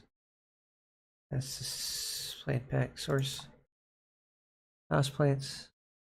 Oh, there it is. Bam. Inside with all the texture. Oh, that was horribly packaged. We're not going to question it. It's right here. I don't want to get rid of all these, but then I don't because that could mess up the Blender file.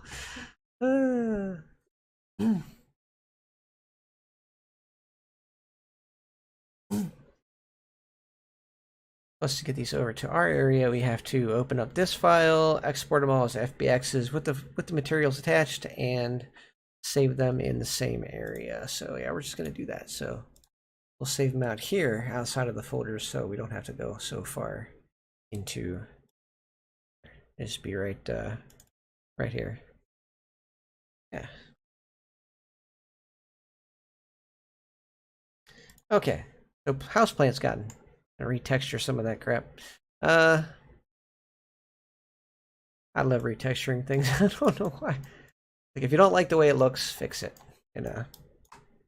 Yo, how's it going, Zing man? Just working on a commission. Got quite a bit of it done. Just working on a little 3D imagery here.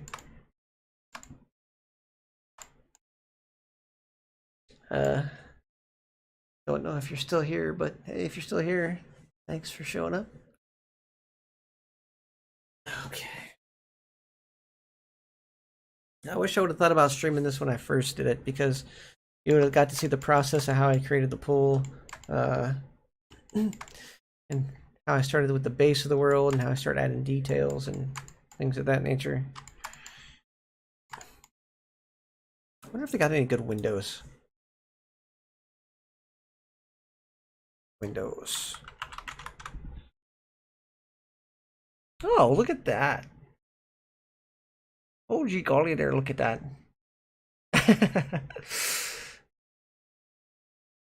Various types of doors and windows. This is very helpful, guys.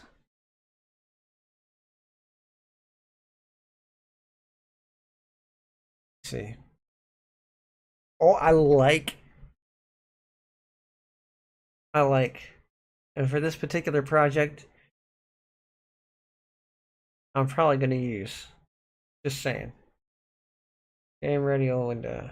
Let me see how many polys it is.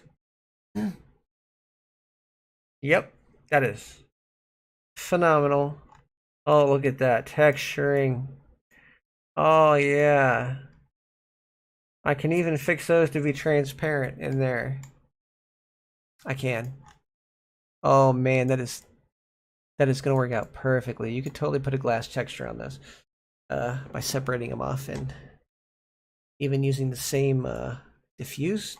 Yeah, use the same diffuse picture, just use a particle shader on it, just on those particular spots. It'll look freaking fantastic. Because there's a mobile particle shader that'll make that pretty much transparent. Oh, God, I love it.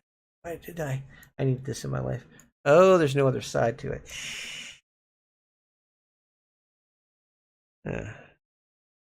Put one on one side, one on the other side. Just line them up really well. Yeah. Of course, it'd be kind of weird looking because it'd be thicker and thicker. Oh, God. Why didn't you do the other side, too? Such a jerk. Oh, they're not see-through. That's why. Ah, I was so excited there for a second. Okay, so there might be a way to fake this. Go down here. Yeah, maybe if I just line up another version of it on the other side. Exactly on the other side. Yeah, that'll be perfect. Okay, that's what I'll do. That's what I'll do. Oh, I'm still going to be able to use this guy, so I'm going to download 3D model.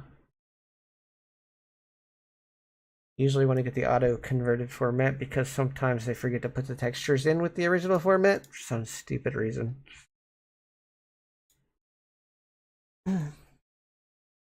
Unless it's a Blender file, then everything's there. Otherwise, yeah, do this. On folder. Textures, yay! I'm talking about. Okay. Extract all. Browse. D. Objects. Windows. Okay. Folder. Windows. New folder.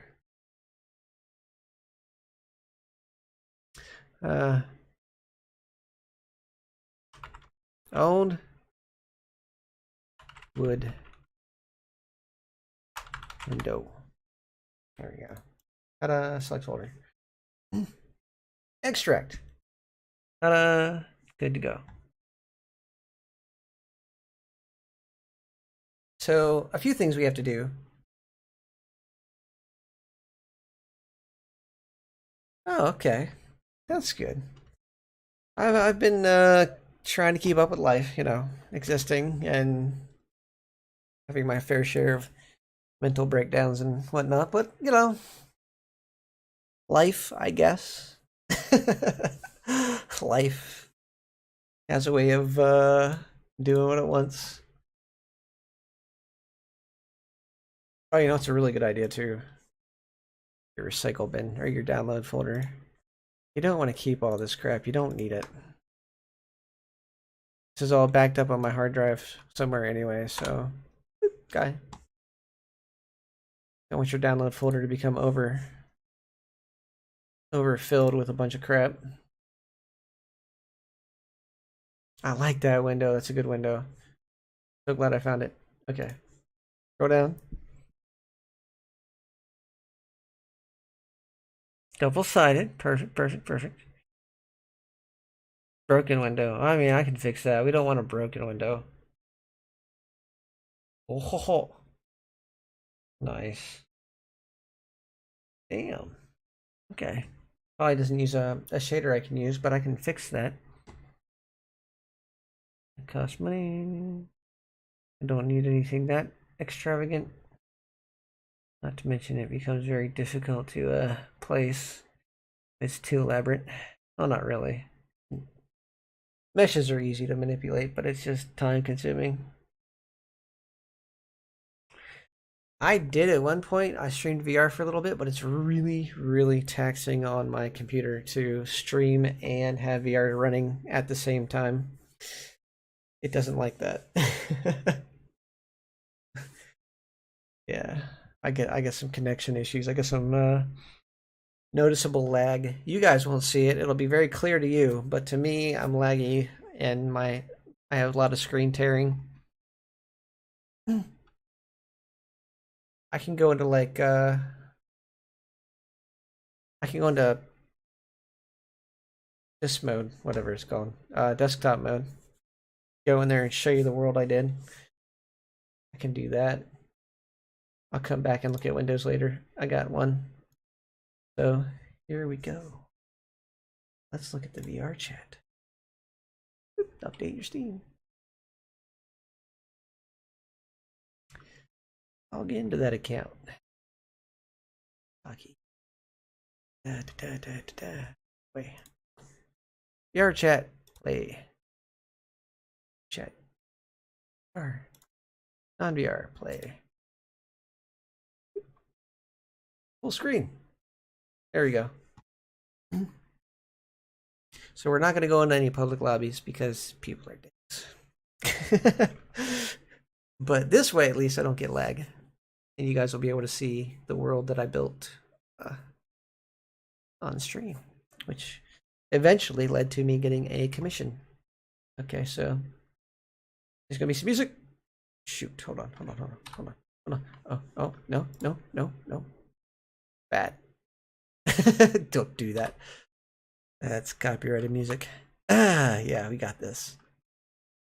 I forgot about that. That's also one reason I don't really stream VR much, because in VR chat you can put whatever you want into your worlds, regardless of copyrights, because it's your world. Oh man. So I got my little mute station. You can pick it up and type in it. When you're in VR, it's a lot easier to handle. Yeah, you can sit there and be like, hi. Or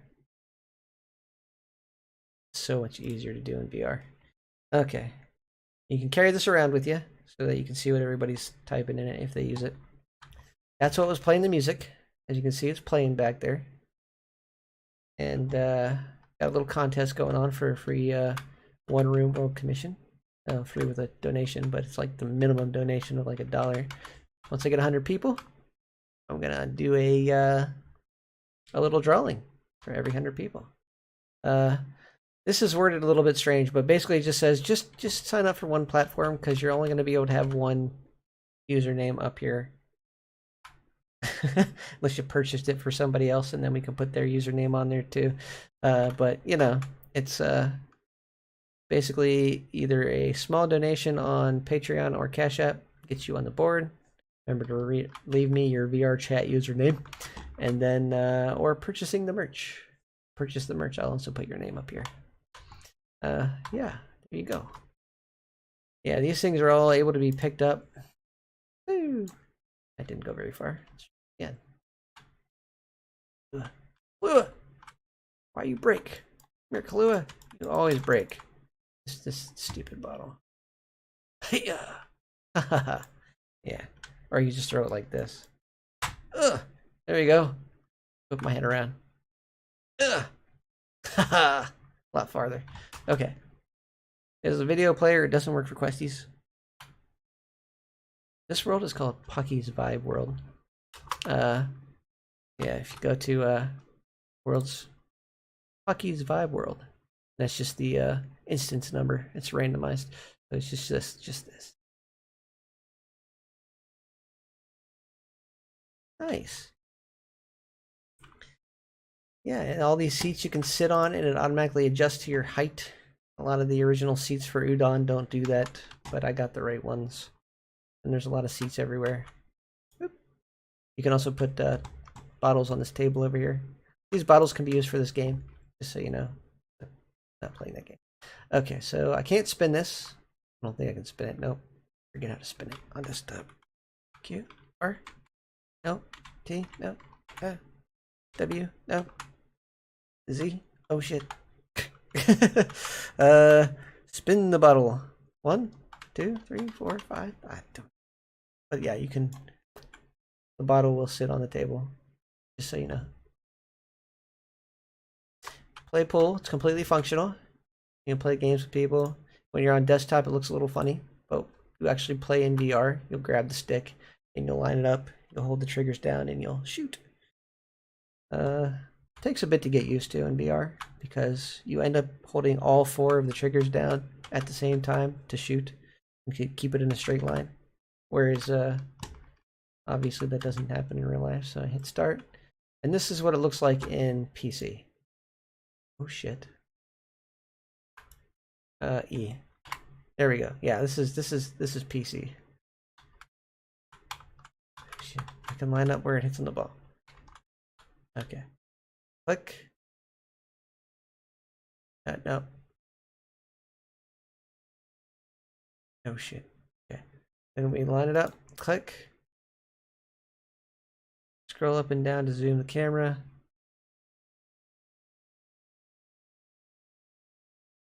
That's power. Bam! What the shit? Yeah, I don't know how to play on PC. So, yeah, I got that. I only know how to play in VR. I got a dartboard. This is the same one that's in the other worlds. I got a chessboard, fully functional. Drinking game, another drinking game. Got spin the bottle. I got a whole outside area like this. Yeah, I got spin the bottle, completely original and fabricated, but it needs fixed because it doesn't work right. It desyncs with everybody if you click it on it more than once. Transparent mirrors, which everybody seems to like these mirrors, so I'm gonna keep them. Good mirrors, good transparent mirrors. Make sure there's no creepers around you. More seats, little outlook area, beer pong, never have I ever, which includes the walk of shame. If you get to the end, if you're the loser. I'm not gonna talk about it though. Another mirror inside of the pool area. Kind of transparent until you get like up there because of the water shader. But it's quest friendly, so I don't care. Yay. That's it. That's my world. Little chill area. The entranceway. A lot of texturing. A lot of textures in this world. I went overboard with the textures. I am probably never going to do anybody's with so many textures because it's just a bad idea. It's just a bad idea. Worlds shouldn't need more than like 10 textures. If you're going to go crazy with it, maybe like 18 at the max. But this world has damn near close to 30. It's stupid. Granted, some are calling from the same picture and are just resized technically, so it doesn't use up as much space. It's still it's a lot of textures. Don't do this. This was overboard. I should not have gone this overboard, but it works really well. And it's just unnecessary level of detail. But the floors in PC, they even look great. Freaking great. Texturing on this is a lot better on PC. It's a lot darker in the VR headset. Like you can't see the detail in the walls. And yeah, it's just a little bit darker outside. It's harder to see this detail too for some reason. I don't know why. This wall came out great. A little bit too shiny, but that's fine. We'll talk about it. It's fine. Okay, these came out excellent. I love it. All the leather just came out so great. That's what I was talking about. These are actually very jagged in the Unity project file. This whole thing, you see a bunch of jaggedy straight lines everywhere, but here in the game, this is the most jagged line you see. It's not that bad, but it's all over this face and looks so smooth. That's what I'm talking about, UV mapping and normals and everything like that. They play a very important role in what the textures end up looking like.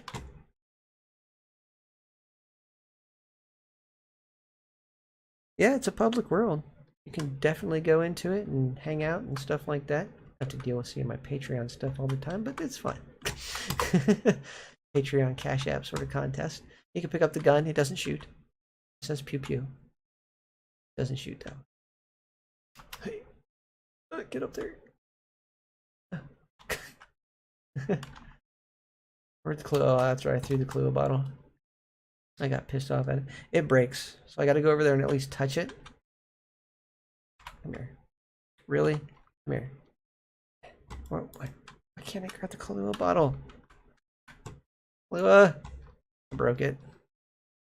Leave it to me to break my world. It's fine.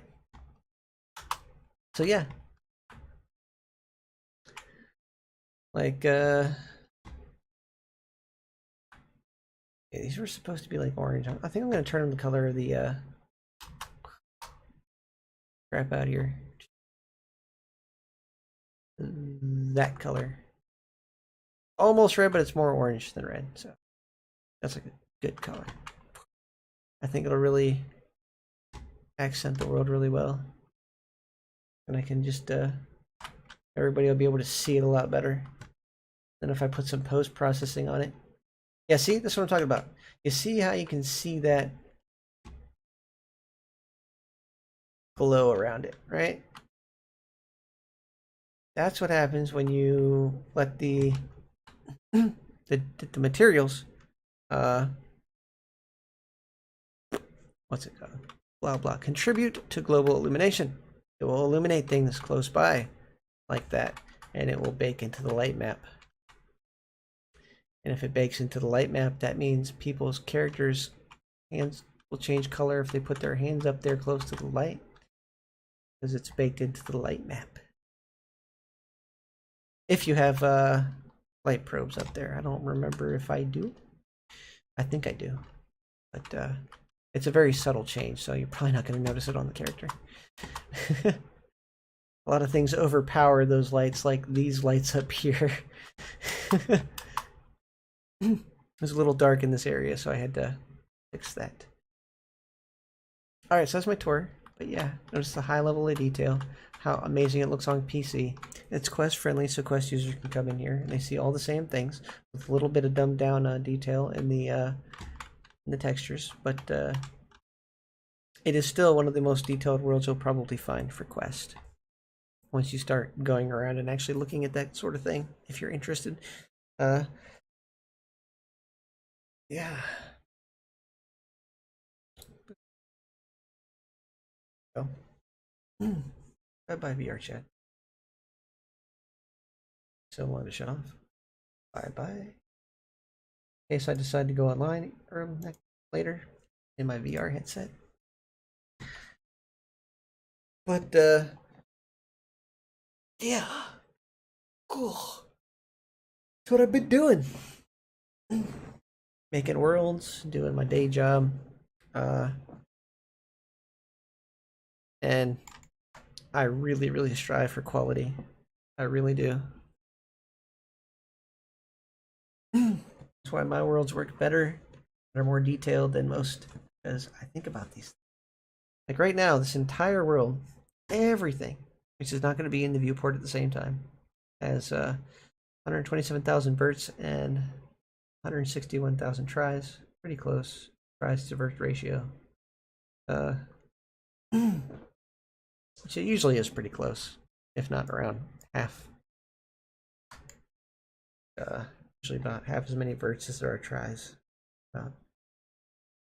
Yeah.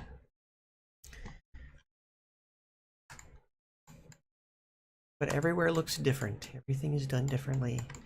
Everybody decorates differently and does different sort of textures. They might use the same textures you have for one thing or the other, but for the most part, everything's set up a lot different and looks fantastic. I'm liking this project now that I actually got a few really cool assets, like these trusses and the speakers and the stairwell. Yeah. I'll be able to use those with other projects and have different textures and stuff on them. I think people are going to love it. I'm hoping the person I'm doing the commission for loves it, obviously.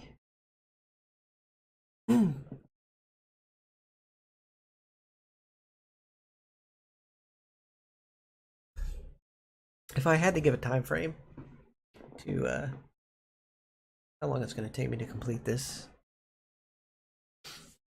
I don't know. Just I think a lot of the time, a lot of my downtime is spent looking for different already created game assets because it's really just it speeds up the process. Some things I will fabricate myself. I've done it, but other things, no.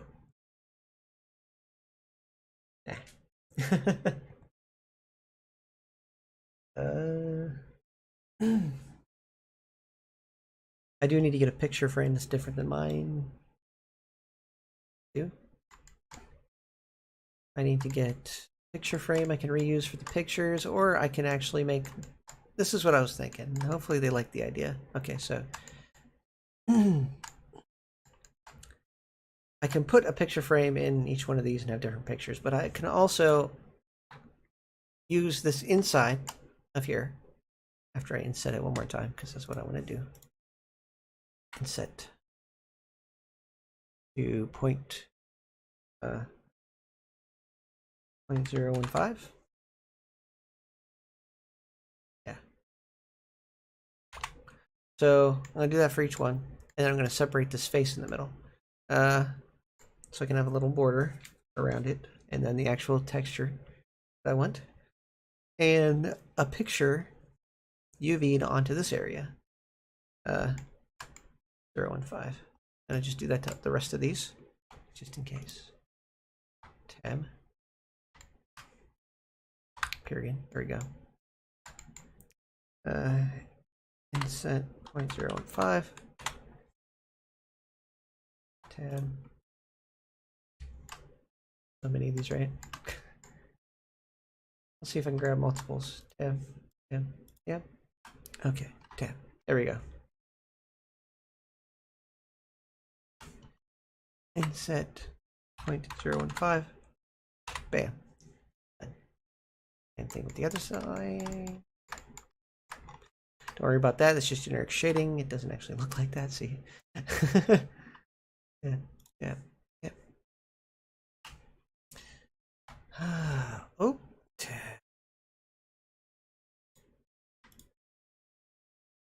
That was a bit. There we go.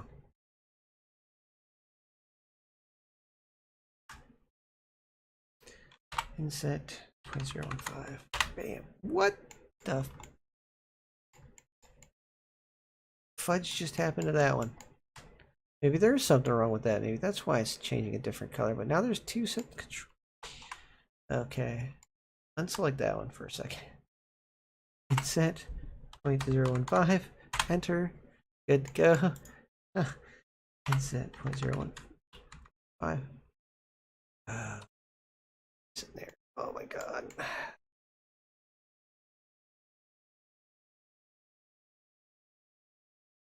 X faces.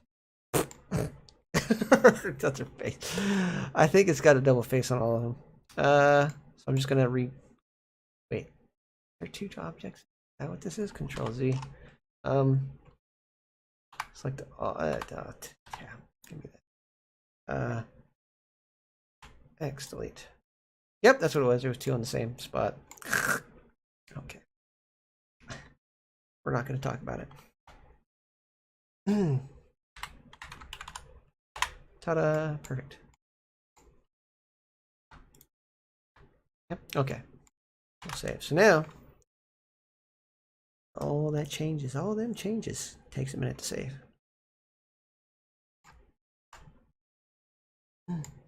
Good thing we saw that. Now it's probably right. So if I go to like material preview, the material's missing for that. That's why it turns purple. Yeah, see they're all the same color, and if I go back to Z solid, even if I pick this and go tab, that stays the same color. Yeah, okay. It's just had double two things in it. That's fine.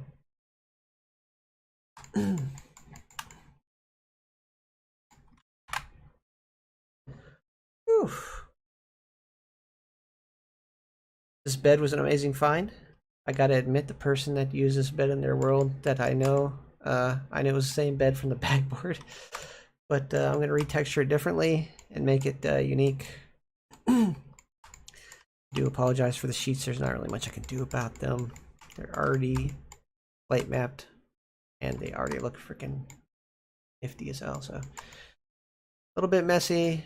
I could create a bed with a nicer sheet on it, but I want to make it look more homely, like it's lived in. I don't know. And that's way like 90% of the beds in Sketchfab are, if they're not like a million polys. This was the only good free one. So I'm gonna say this is the only good free one that I found.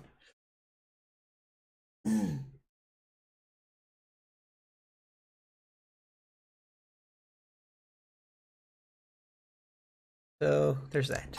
Yeah. This place is gonna look amazing. I need to look for furniture. Like a couch. Like another couch. Because I got a couch, but I don't want to use the same couch over and over again. So. I just go to here. Go to my Facebook. Oh jeez. Not like everybody doesn't know my full name, whatever. It's fine. The Cash App won't let me hide my name. So, oh, you just gotta hide it in settings. I'm like, dude, literally the place you're telling me to go doesn't exist. I've went there so many times. Great.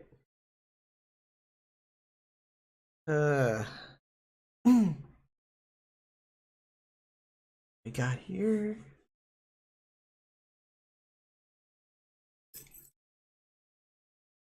Sorry, I'm trying to think, guys. I don't need this. I'm gonna listen to this, but you guys aren't gonna hear it. Okay, there you go. Over here. Okay, so now I'll go to here, go to this, go back to Sketchfab. I go to Sketchfab instead of CG Trader first because CG Trader tends to have a lot of high-end models. Sketchfab has a ouch. Has this stuff. Looks highly uncomfortable, but totally something I would have used.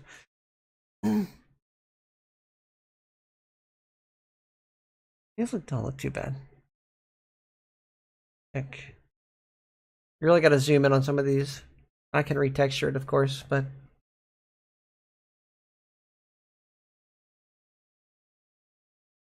yeah, it's not terrible. It's actually pretty decent. Oh, like that.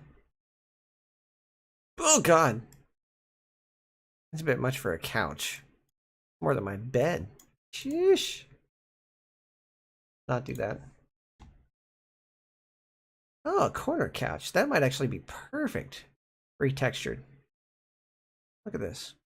Modern couch. I like the modern part. They just got away with having to do any sort of level of high detail by calling it a modern couch.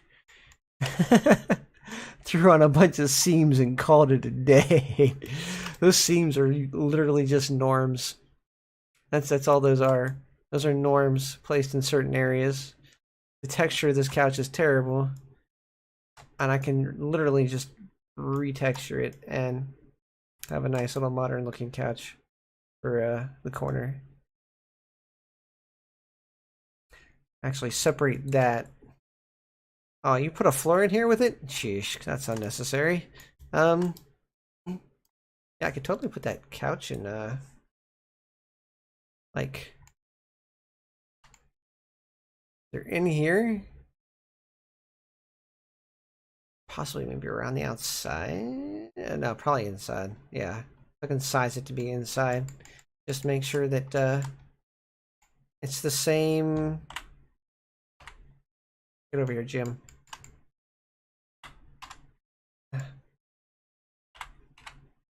There you go.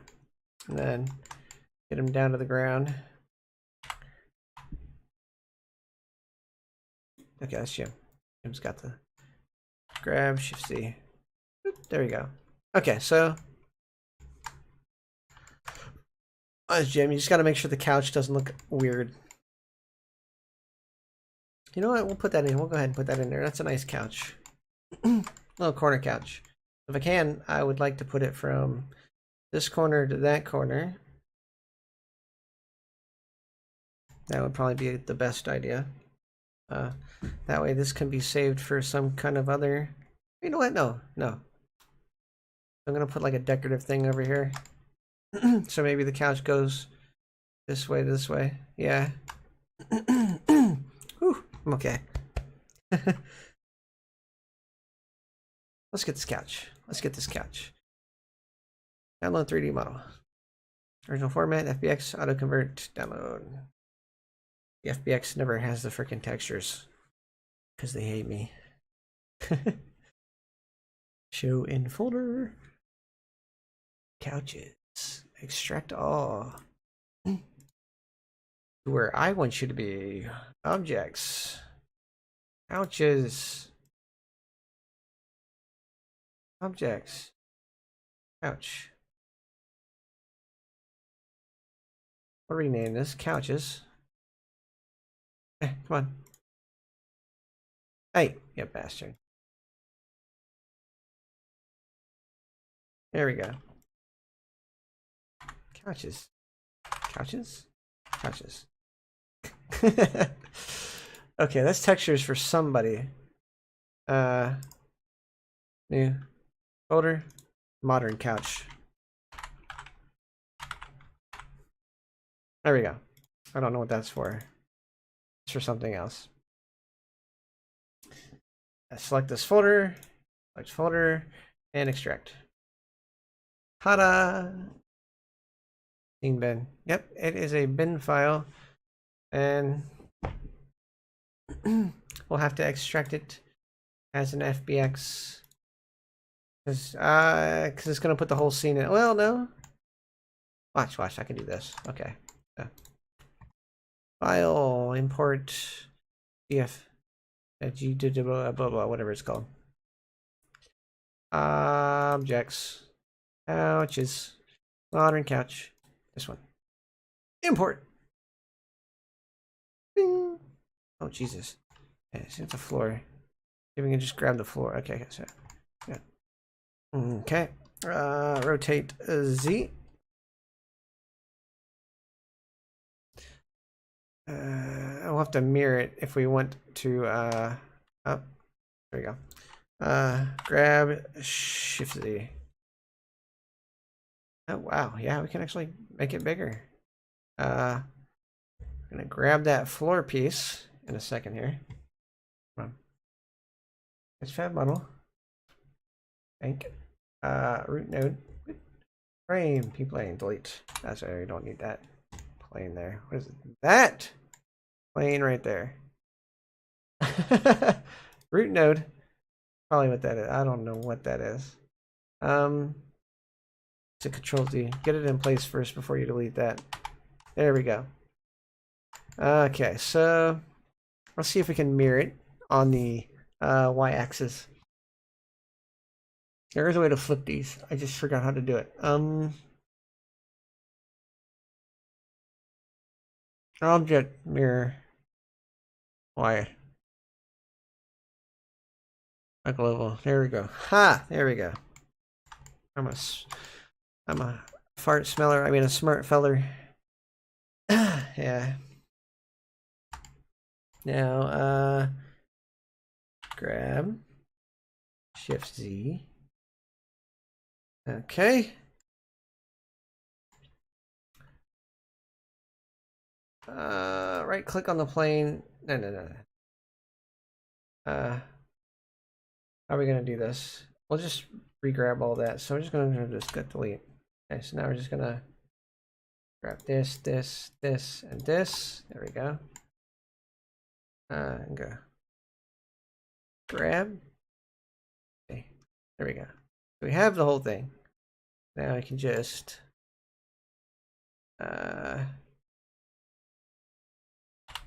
see. Right about there for now. Okay. That's a sweet ass couch. And scale. Yeah, you gotta scale it evenly, so let's get it bigger. Probably big enough. Yeah. Okay, it's got the freaking stairs in the way. Now I'm gonna grab Z. There we go. Okay. Grab Y. Bit. Bam. Grab X. That's pretty good. Be a little bit more center. I don't know. That's pretty good.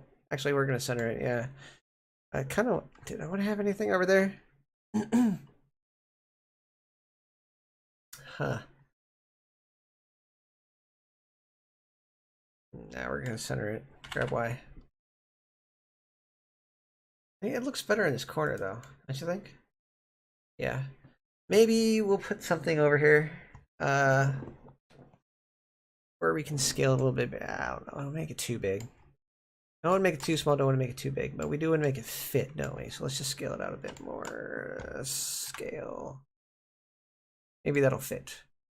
Actually fill the area. That actually looks pretty cool. Okay, so floor, grab Z.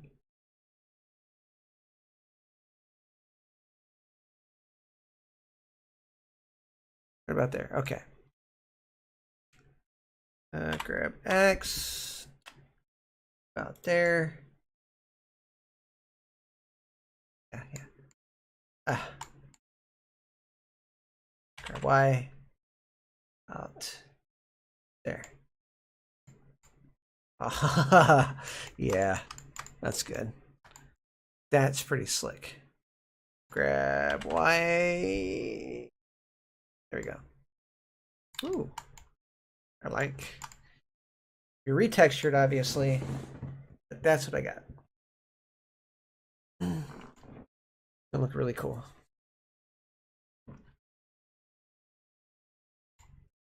The frame low. Oh, yeah. Oh, there we go. No, not root node. Jesus, get out there, root node. Frame low. Frame. Ah, it's separate.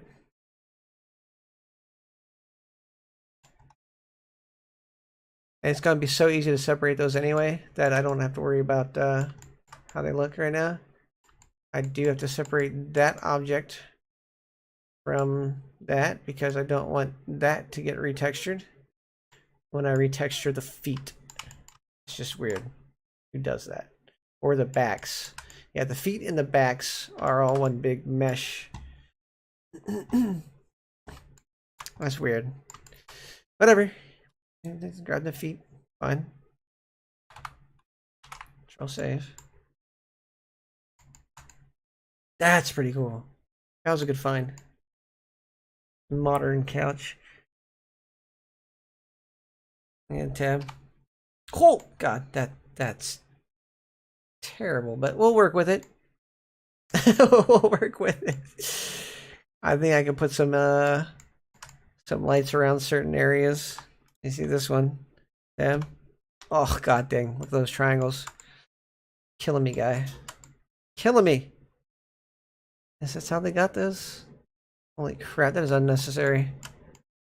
A hell of a lot of unnecessary crap going on right there. Whatever. Okay. Jesus. I mean, that's good. Those are efficient. Just, this could have been done so differently and so much better. Oh, it's terrible. I could try to dissolve that crap. What is this? Is there a need for an Ngon inside of there like that? In several places? I mean, like I said, it doesn't matter when you're scaling and junk, but still, come on, people. Better jobs. Eesh. Ah, well, low poly. We can't complain. It was free and low poly. Ah, we'll get there. As long as they didn't do anything stupid with the feet. Nope, feet look pretty well, yep, very symmetrical, very good. Okay, yeah. So you can't mess that up. I mean, you can, but should you? Should you be working with Blender if you're gonna mess that crap up? Okay, so okay, UV map. Okay, so I have to go through each one of these and change it.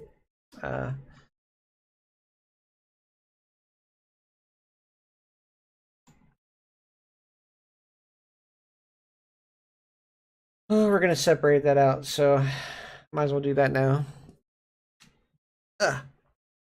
All right, so this is what we do, guys. This is part of the process. Is it Shift? No. Okay. Control P. No. Ugh. Control Z. Just hit that a couple times. Good. Okay. What was the button combination again? That's a Shift and this. Nope. Tab and that. Nope. Not tab.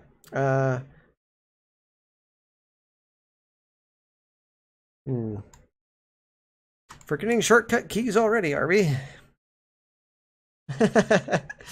It's fine. So local hide button. I forget what it is, but you know what? We'll just climb around inside of here, like so. Go tab. Okay. Got the face grabber. We can do this. There we go. See? We're close enough. Boop. Boop. Boop. Boop.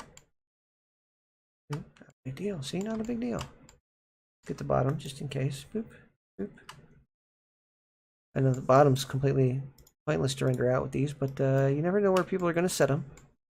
So, I mean, worst case scenario, somebody uses that for something. Always good to have in there in case they want to flip the couch in a video game. Now, people do flip couches in video games, usually for cinematics, but yeah.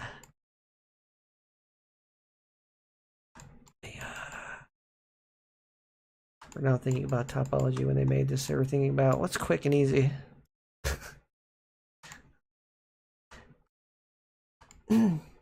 Yeah. So I'm going to grab every single one of these legs. You might think this is tedious and boring, but it is part of the process.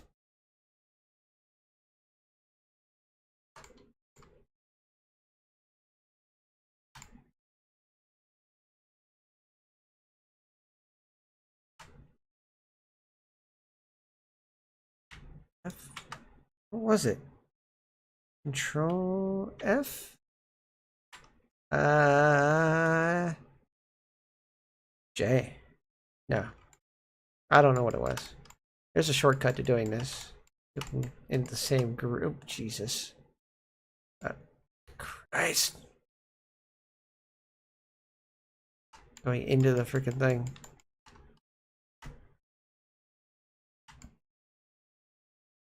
There we go.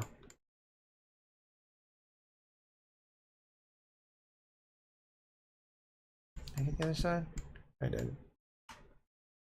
I went back. Keep that.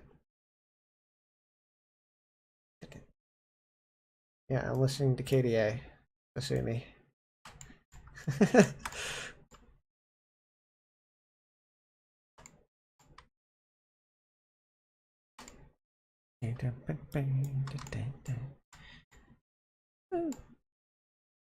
All right. It's very important that these not be the same thing. So when I go to separate them by selection, hopefully it keeps them in the same group. It just separates it from the area. Okay. Relatively easy process here.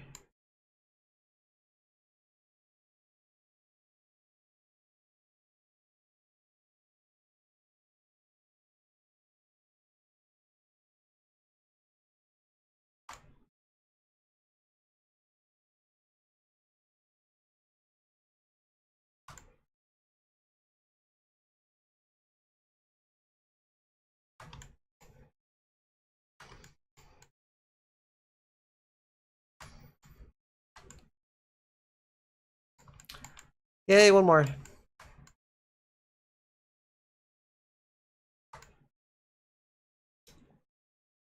I said necessary, necessary.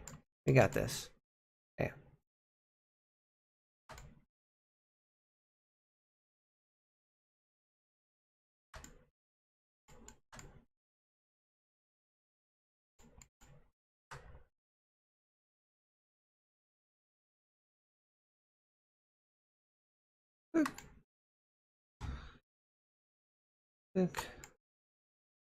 All right, I think that's everything I visibly see. Anyway, so there we go. Last check. Good to go. And now this is where we go. P by selection. Yay! And it just created this. This, rename it to feet.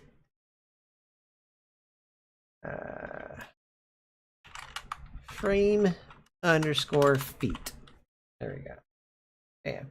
Now you go tab, back into the frame feet, copy, Control V. There we go. Bam. There we go. Now we can grab all four. There we go. See, now I grab everything. If we need to. Probably don't need to now. There we go. Hey, good to go. Now I can retexture everything and not worry about things looking weird. The backing, feet, cushions, and the frame. Nice. Although that should have been part of the frame over here, but it's not. Oh well, we're not going to question it. It's fine. Hell of a font. I don't know what this is. A-plane. What the? T-plane. I'm like, what the fudge is this plane doing here? Okay, so I'll save. Oh boy. Yep. Yo, somebody's talking in general.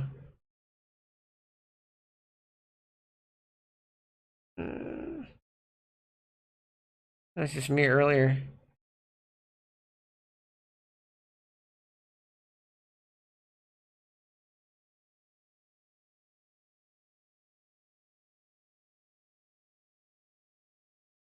Okay.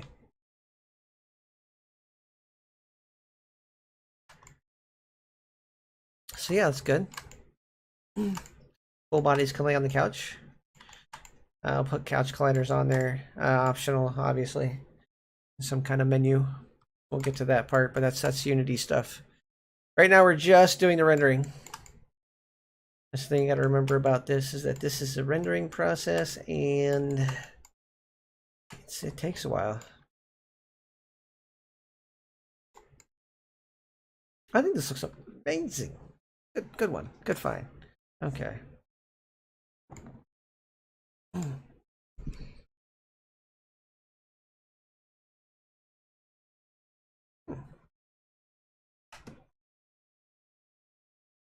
Okay. Now we gotta fix this real quick, okay? Because we don't want UV mat. This is feet UV. Add like that. Backing UV. So C backing. Couch backing, you know. I think no. C frame. Low. C frame. Low. UV. Okay. And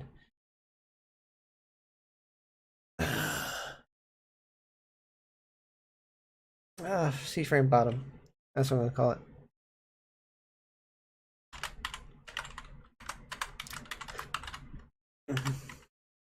Bottom UV. There we go. Okay. Perfect. Perfect. Some of that stuff might end up getting joined back together. Like, the only thing I could think I'd want a different texture is the feet. Everything else, maybe the top part, and maybe this. So maybe like the cushion's a different color than the frame. Yeah. Okay, that'd be perfect, because it'd be just those cushions. And yeah, it's perfect. Our cushions, and then the backing. I don't know why this is part of the backing when it's saying it's part of the frame. Hold on. Cushions. Oh, it's not part of the cushion. Backing. Oh yeah, that's right. Okay. That's part of the backing though. Why isn't... Oh, because that's part of the frame. So maybe the cushion is just bigger than everything else, and the backing and the frame can be joined together. We'll see. See what I like to do. Just kind of depends on which route we go with the texturing of that couch. But it should look excellent. Yeah, very contemporary, very nice, very new age. I'm going to put a I guess a little table in there. Oh, you could put stuff on this thing and on this thing if you really wanted to. Yeah.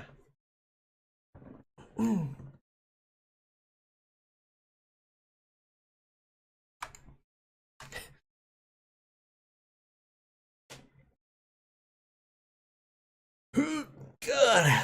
Whew.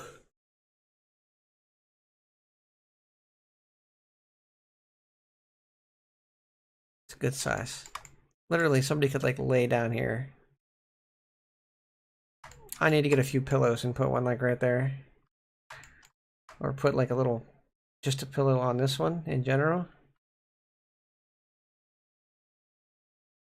No, one for right here and one for right here.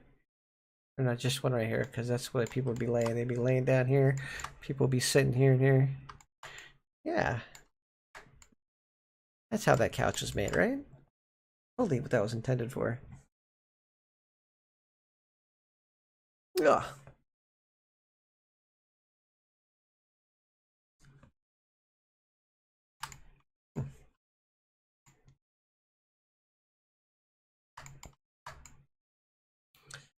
Yeah.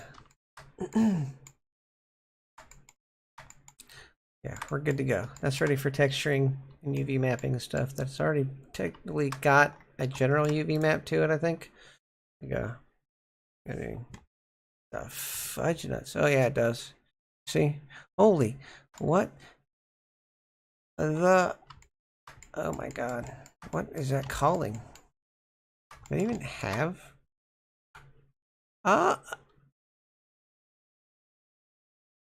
Holy crap! Let me see something. Tab Z. Material preview. Literally doesn't even have a. Oh, wait. Oh. Oh. Okay. Oh, shiza. It does have a material on it already. I just broke it apart so this could be rematerialed. Yeah. But yeah, you can either keep the default, which is kind of light. That's a very heavy contrast to what you're going to be doing. But we don't need those seams. We don't need the seams. Those seams are technically normals.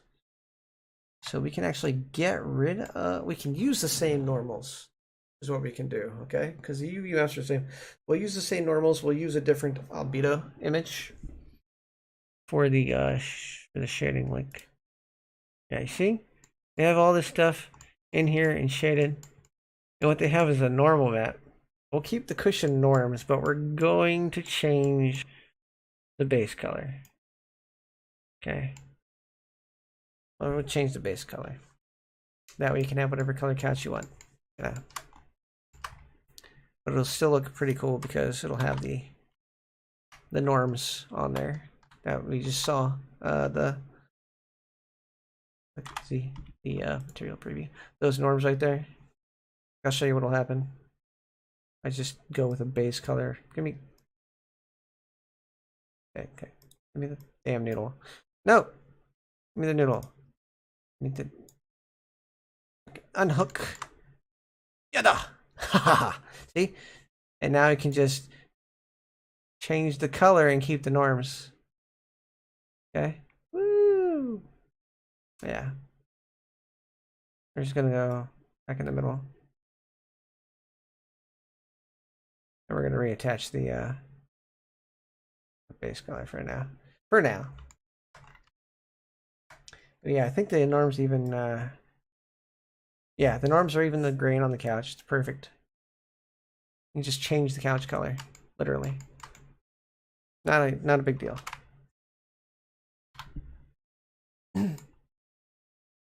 Perfect. Some things you can't do that with, others you can. Just depends on the material. You always have to look into those things though. A lot of people will break materials, not think about what they're doing to them. That's why I can keep this material looking the same as long as the material being the UV is looking the same and the material looking the same, as long as I keep this active.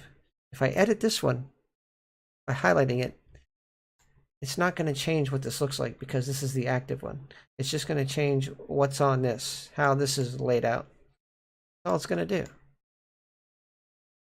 It's a very fast way to work with UVs, as long as you think about it right.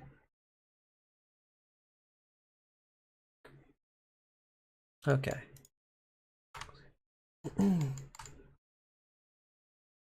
All right.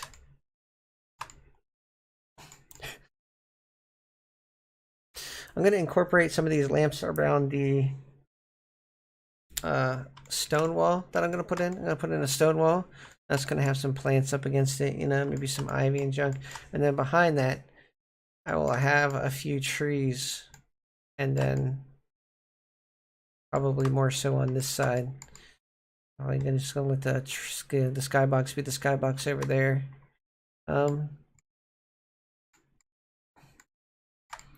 And then I will let you determine whether I put a invisible collider here so people can't jump off the edge. That way they can't see the behind the walls to see the trees. I mean, people can look behind the walls. That's just, people are gonna fly around. Trying to create an illusion.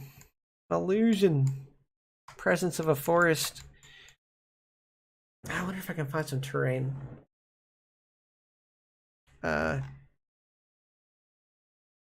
Game ready terrain terrain, terrain, turd, game ready turd, landscape.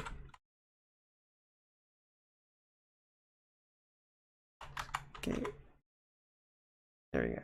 Landscape. Okay, so we got desert.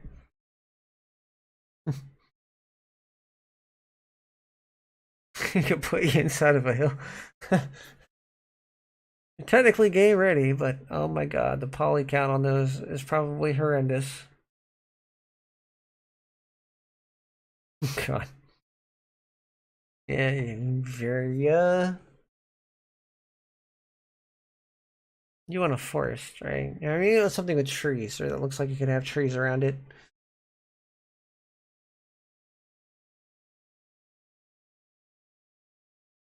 There's one I saw up there that I'm probably gonna grab just to check it out. Kind of like this. Grass money. Money, money, money. Terrain always costs money, doesn't it? Oh, non-textured terrain. Download it free and then mess something yourself. Ah, there we go. There could totally be trees on here.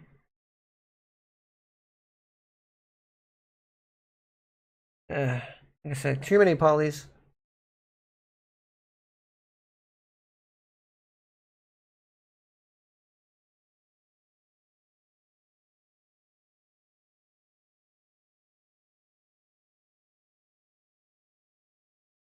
Some things can't be retextured all that easily. Terrain is one of those things. Get some rocks. Yeah. Oh god.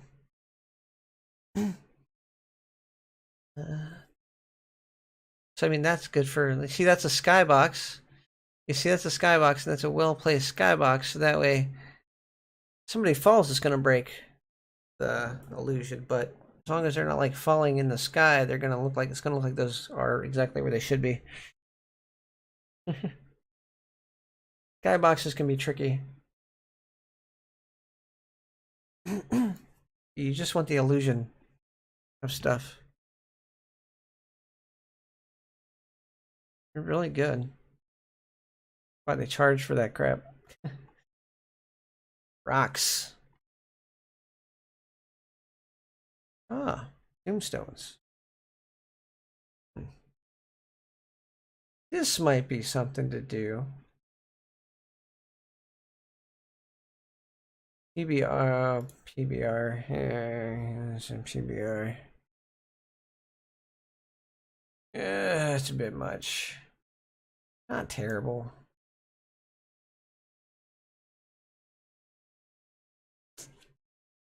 Triangles, polygons, vertices 22, about half.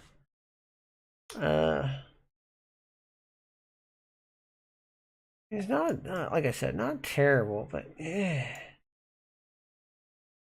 that's a bit much. Yeah, it's just a few splotches, you know? It's just a few splotches of. This is why landscaping in VR chat is, I find it's like a terrible thing.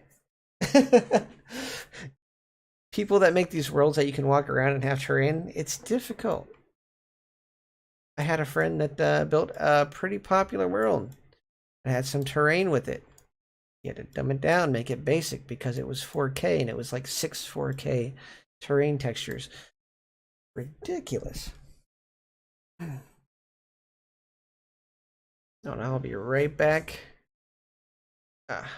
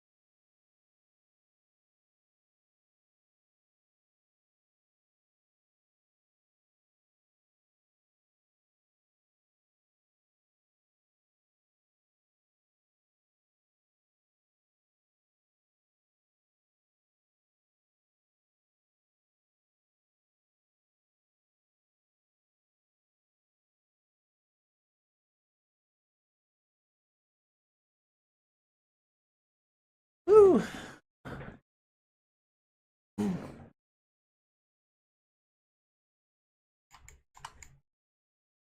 Let's see.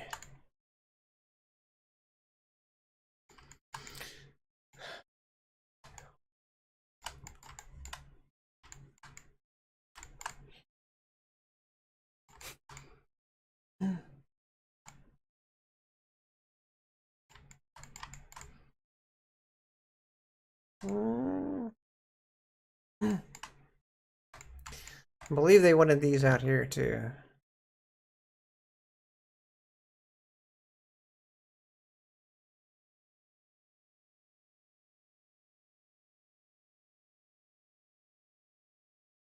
Ah, Twitch invoice.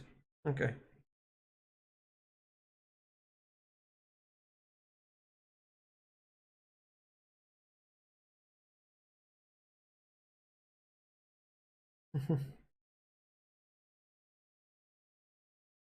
Oops.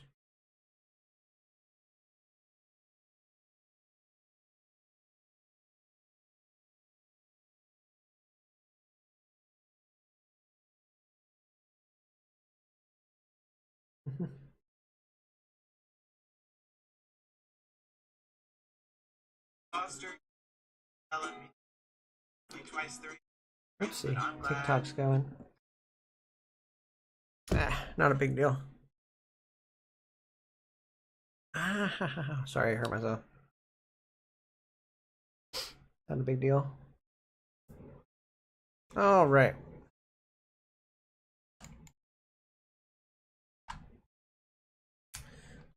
Where did my freaking... What the...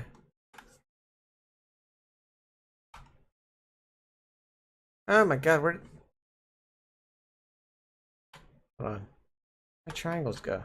Where'd my wall art go? Hey! Oh god. Scared the crap out of me. Like, I delete those on accident? Oh my god. I hid them. I hid them on accident. That's what I did. Oh, that looks so bland. God, boy.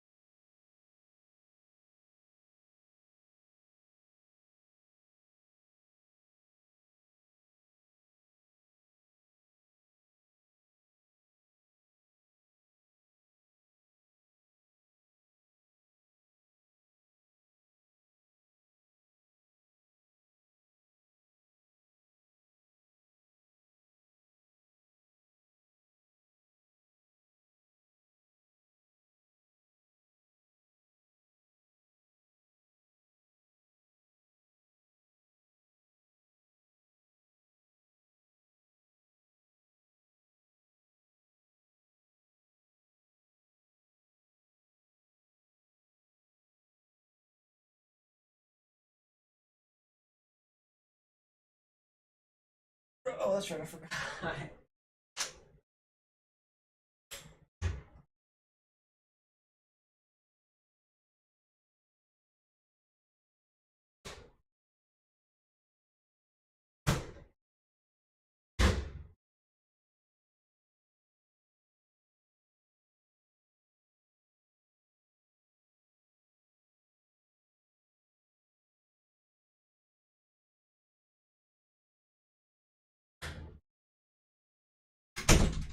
I swear I'm back. I swear.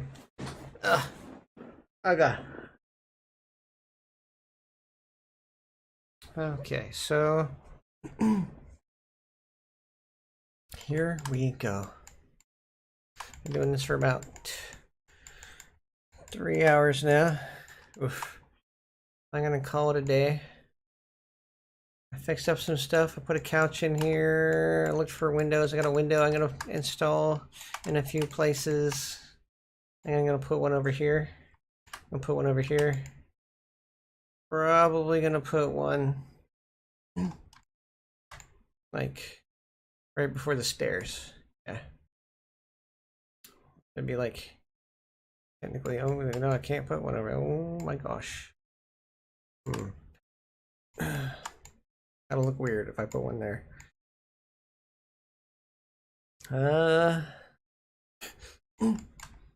Maybe. We'll put one here. And one over here. Yeah, well, we gotta see where the stone wall is, but I'm pretty sure we can put one over here. Yeah, one over here. Right there.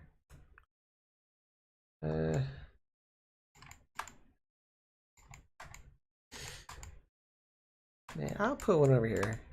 I think I'll be able to squeeze one in. If I place it right, it should... I'll place this one first, that way I can get the placement right without it looking weird.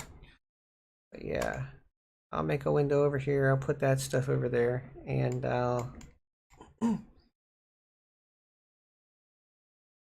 prefab it into the mesh. Fine.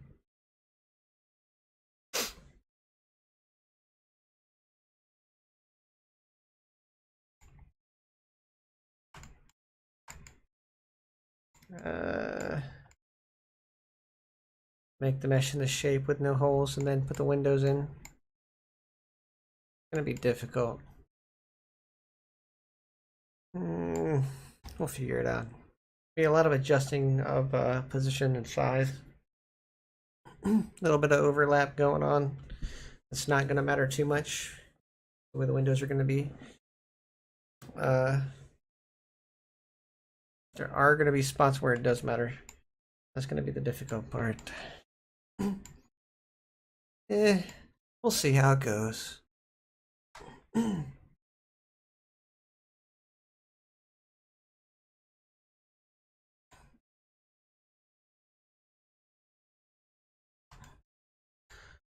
I'm going to avoid doors also. I hope they're okay with that because of the simple fact that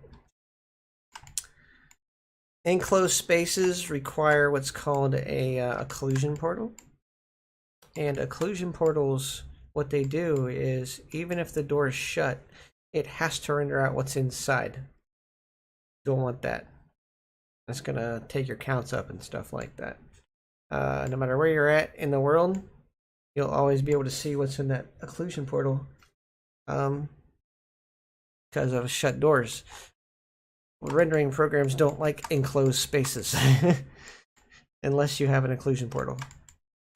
Occlusion portals are slightly a performance hit in most cases because they do up your set pass calls and your number of triangles and whatnot and textures and everything. Yeah. So if I can, I'm going to avoid doors. There's technically only going to be one. This is a placeholder, purely a placeholder. There's only going to be one screen. It's going to follow you around. I think once you get in here, like this is just going to look like a TV that's off. And then it's going to get swapped out. That one will disappear. And then the screen that's on will appear. Yeah, about it. I'll just have the screen hidden and it'll toggle that one off and toggle the other one on. It's like the easiest thing to do. Screen toggle. So I can have the render there without having to worry about making the render go everywhere. It'll just, the screen will follow. Once you go into this world, this part of the world, you go through this part. Oh, how am I going to do this? You got to think about where to put the colliders. Tell you what, since you're going in the room, once you bridge this gap, I have a collider that you walk through that turns on that turns on that TV. And once you bridge this gap, that TV will turn on. So basically, once you go outside, that TV turns on. Same thing with this. Once you bridge this gap, the big screen will come on. Just trying to make the performance top notch, guys. It's local too, so it depends on what their local player is. If somebody's outside, they'll see it on outside. If somebody's in here, they'll see it on in here. It's just where you're at. That's just how they normally work in general. But I feel like I'd explain that to you guys since I'm messing around on here. Ugh.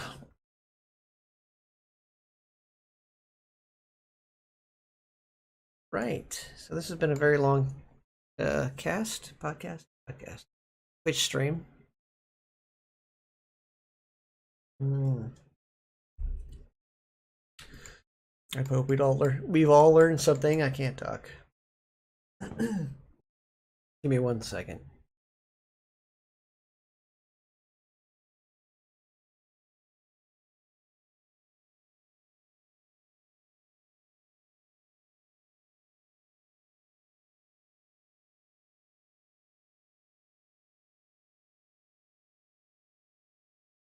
Okay, sorry about that. Had to mute myself. Clear my throat and whatever. My throat dries out pretty fast, and I sound like I have a cold all the time. Weird. Lots of meds. Sinus medication. Dries your sinuses out. Did I take my sinus medication today? I'll be right back. I'm going to go do that.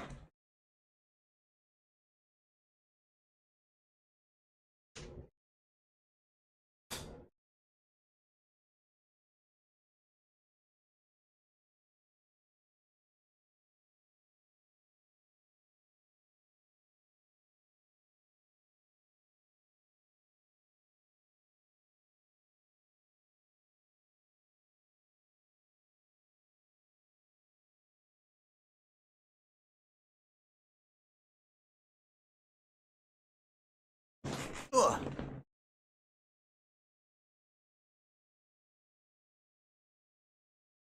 Remember, whenever you're building a project, always stay super organized. Yeah. Why is my camera on? Oh, that's because it technically should show if I wanted it to. I got a couch now. Oh. My commission has a couch now. Got everything fixed. Everything's set up properly now, so no matter what I add, I'm going to be fixing the UVs and stuff first, even if I repeat the object several hundreds of times. I kind of want to look, yeah, that's $6. Oof. Okay, so we're looking for terrain. This is why you don't want to use terrain. Millions of polys for a few rocks. Oh, I can't even imagine how these are. Let's see. These are excessive, but we'll see. Huge maps. Mount Fuji, Japan, summer. Holy crap. 3D model. It's taking a while. Oh my god. This is a... Oh god, look. It's still loading. Hold on. Give it time. Oh, here we go. Oh my god. That's huge. Oh my, oh wait, we went too far. We went too close. Oh my god. Jesus. It's huge. Okay, so in retrospect, it is really just an image. It's not like terrible. But can you imagine like trying to put your house down here? Oh god, it's low poly. Insanely low poly, and it's not done very well. Might be okay for a game engine. That's not okay for a game engine. Why would you do this? Okay. So like if I could just like take part of this map away, it'd be great. I'd be like, if they textured this better, I could have used like that area and put that now. Okay, so here's why you don't do this. 2.1 million triangles and 1 million verts. Yeah. No. Bad. Bad landmass.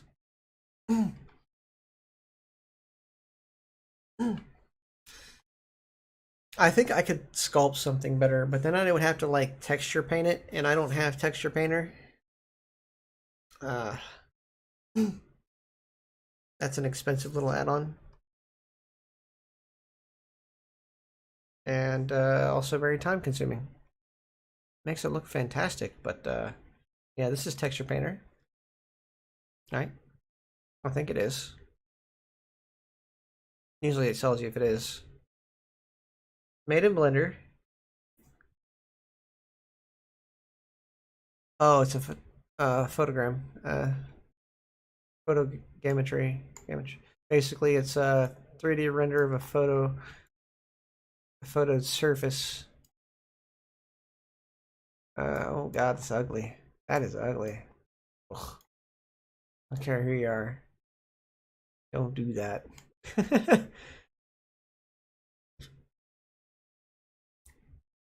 It's photogrammetry, and it is 3 million vertices. Woo!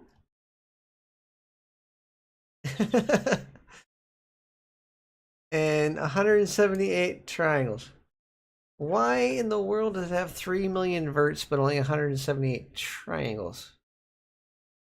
Oh, never mind. Total triangles. 6.1 million. Holy crap. Damn. For a rock. Yeah. There's so many better ways to do this.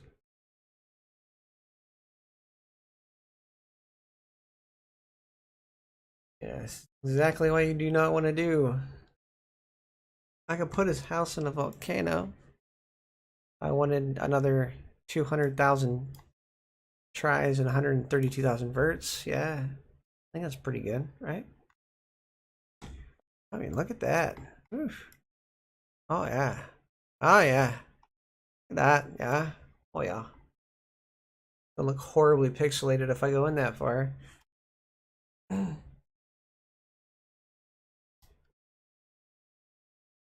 Yeah, see, the closer you get, more pixelated it gets. That's the sad thing about it. So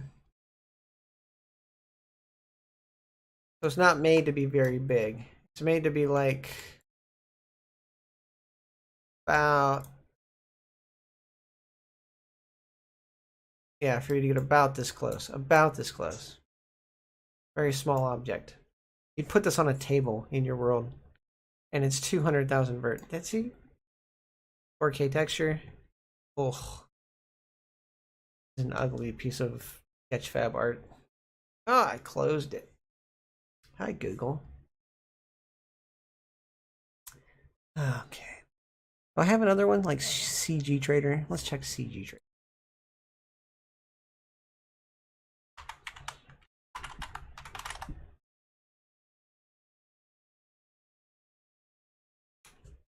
Let's go for trees first.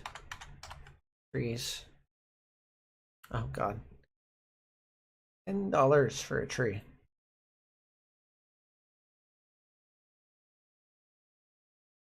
Leaf pack. Not that one, this one.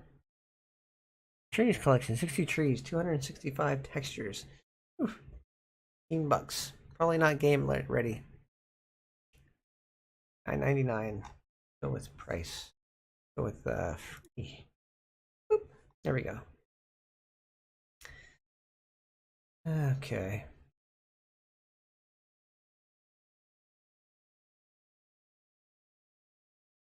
Oh, record. Yeah, the shaders don't work with Unity. I can guarantee you. It's just all about how you see them rendering out, and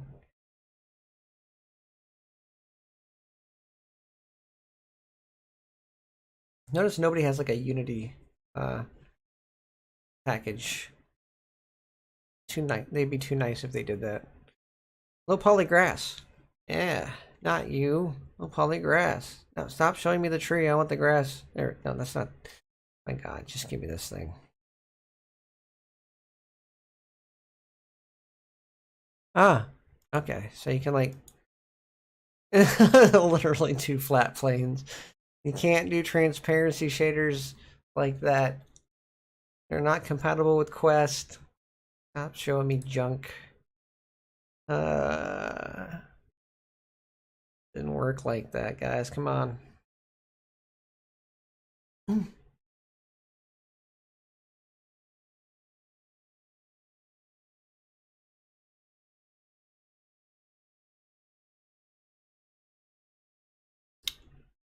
Christ.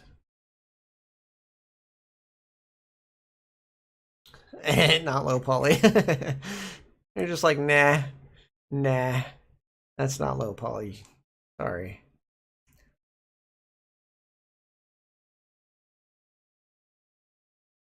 Hmm.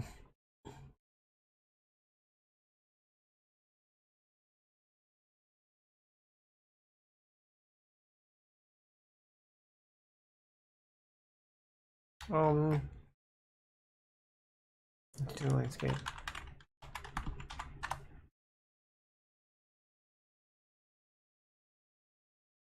Damn. I think that's just the rock. I'm pretty sure that's just the rock. Yeah, it's just the rocks. Jesus. Oh. Nice. I mean, that's not terrible, but like I said, that does get into the whole needing to be transparent. You see how these are flattened out there? You go back to the next one, you can see through them. Yeah, no, I can't do that. They hate me. Literally gonna have to make my own foliage. Foliage. But I can't even talk. Whatever. 10% for the Ukraine. Get game ready. Ugh, I just want a...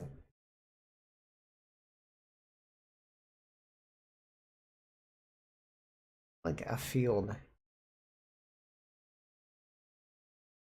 Oh boy. Can I put your concert house out in the desert? No. Oh god. I wouldn't do that to him. That's mean. Yeah.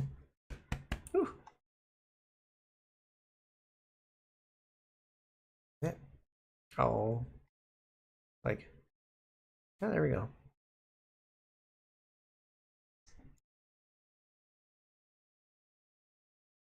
Hmm.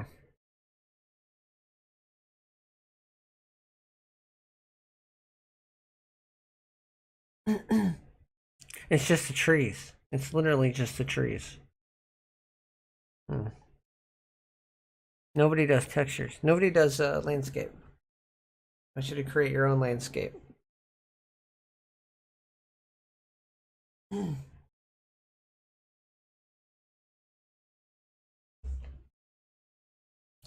for oh, it's probably millions of polys. Let's see. I see this.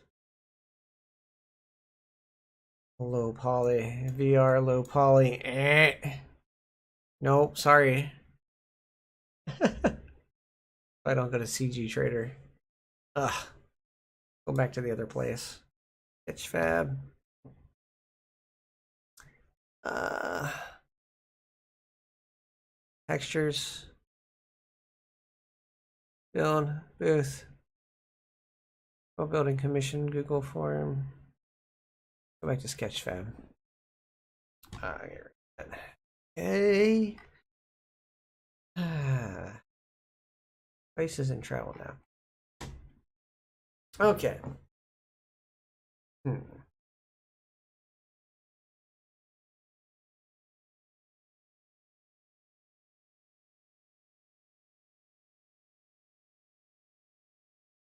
I'm done for the day. I've been doing this too long, I guess. I said, I hope you enjoyed. It doesn't seem like I did much, but I did a lot. I accomplished a lot. I fixed a few things that really needed fixed, and that will definitely speed up further progress and make it easier to just, in general, make things look appropriate. Yeah. All right. See you guys later. Hope you have a good one, and I might get on VR for a little bit, because why not? See you later.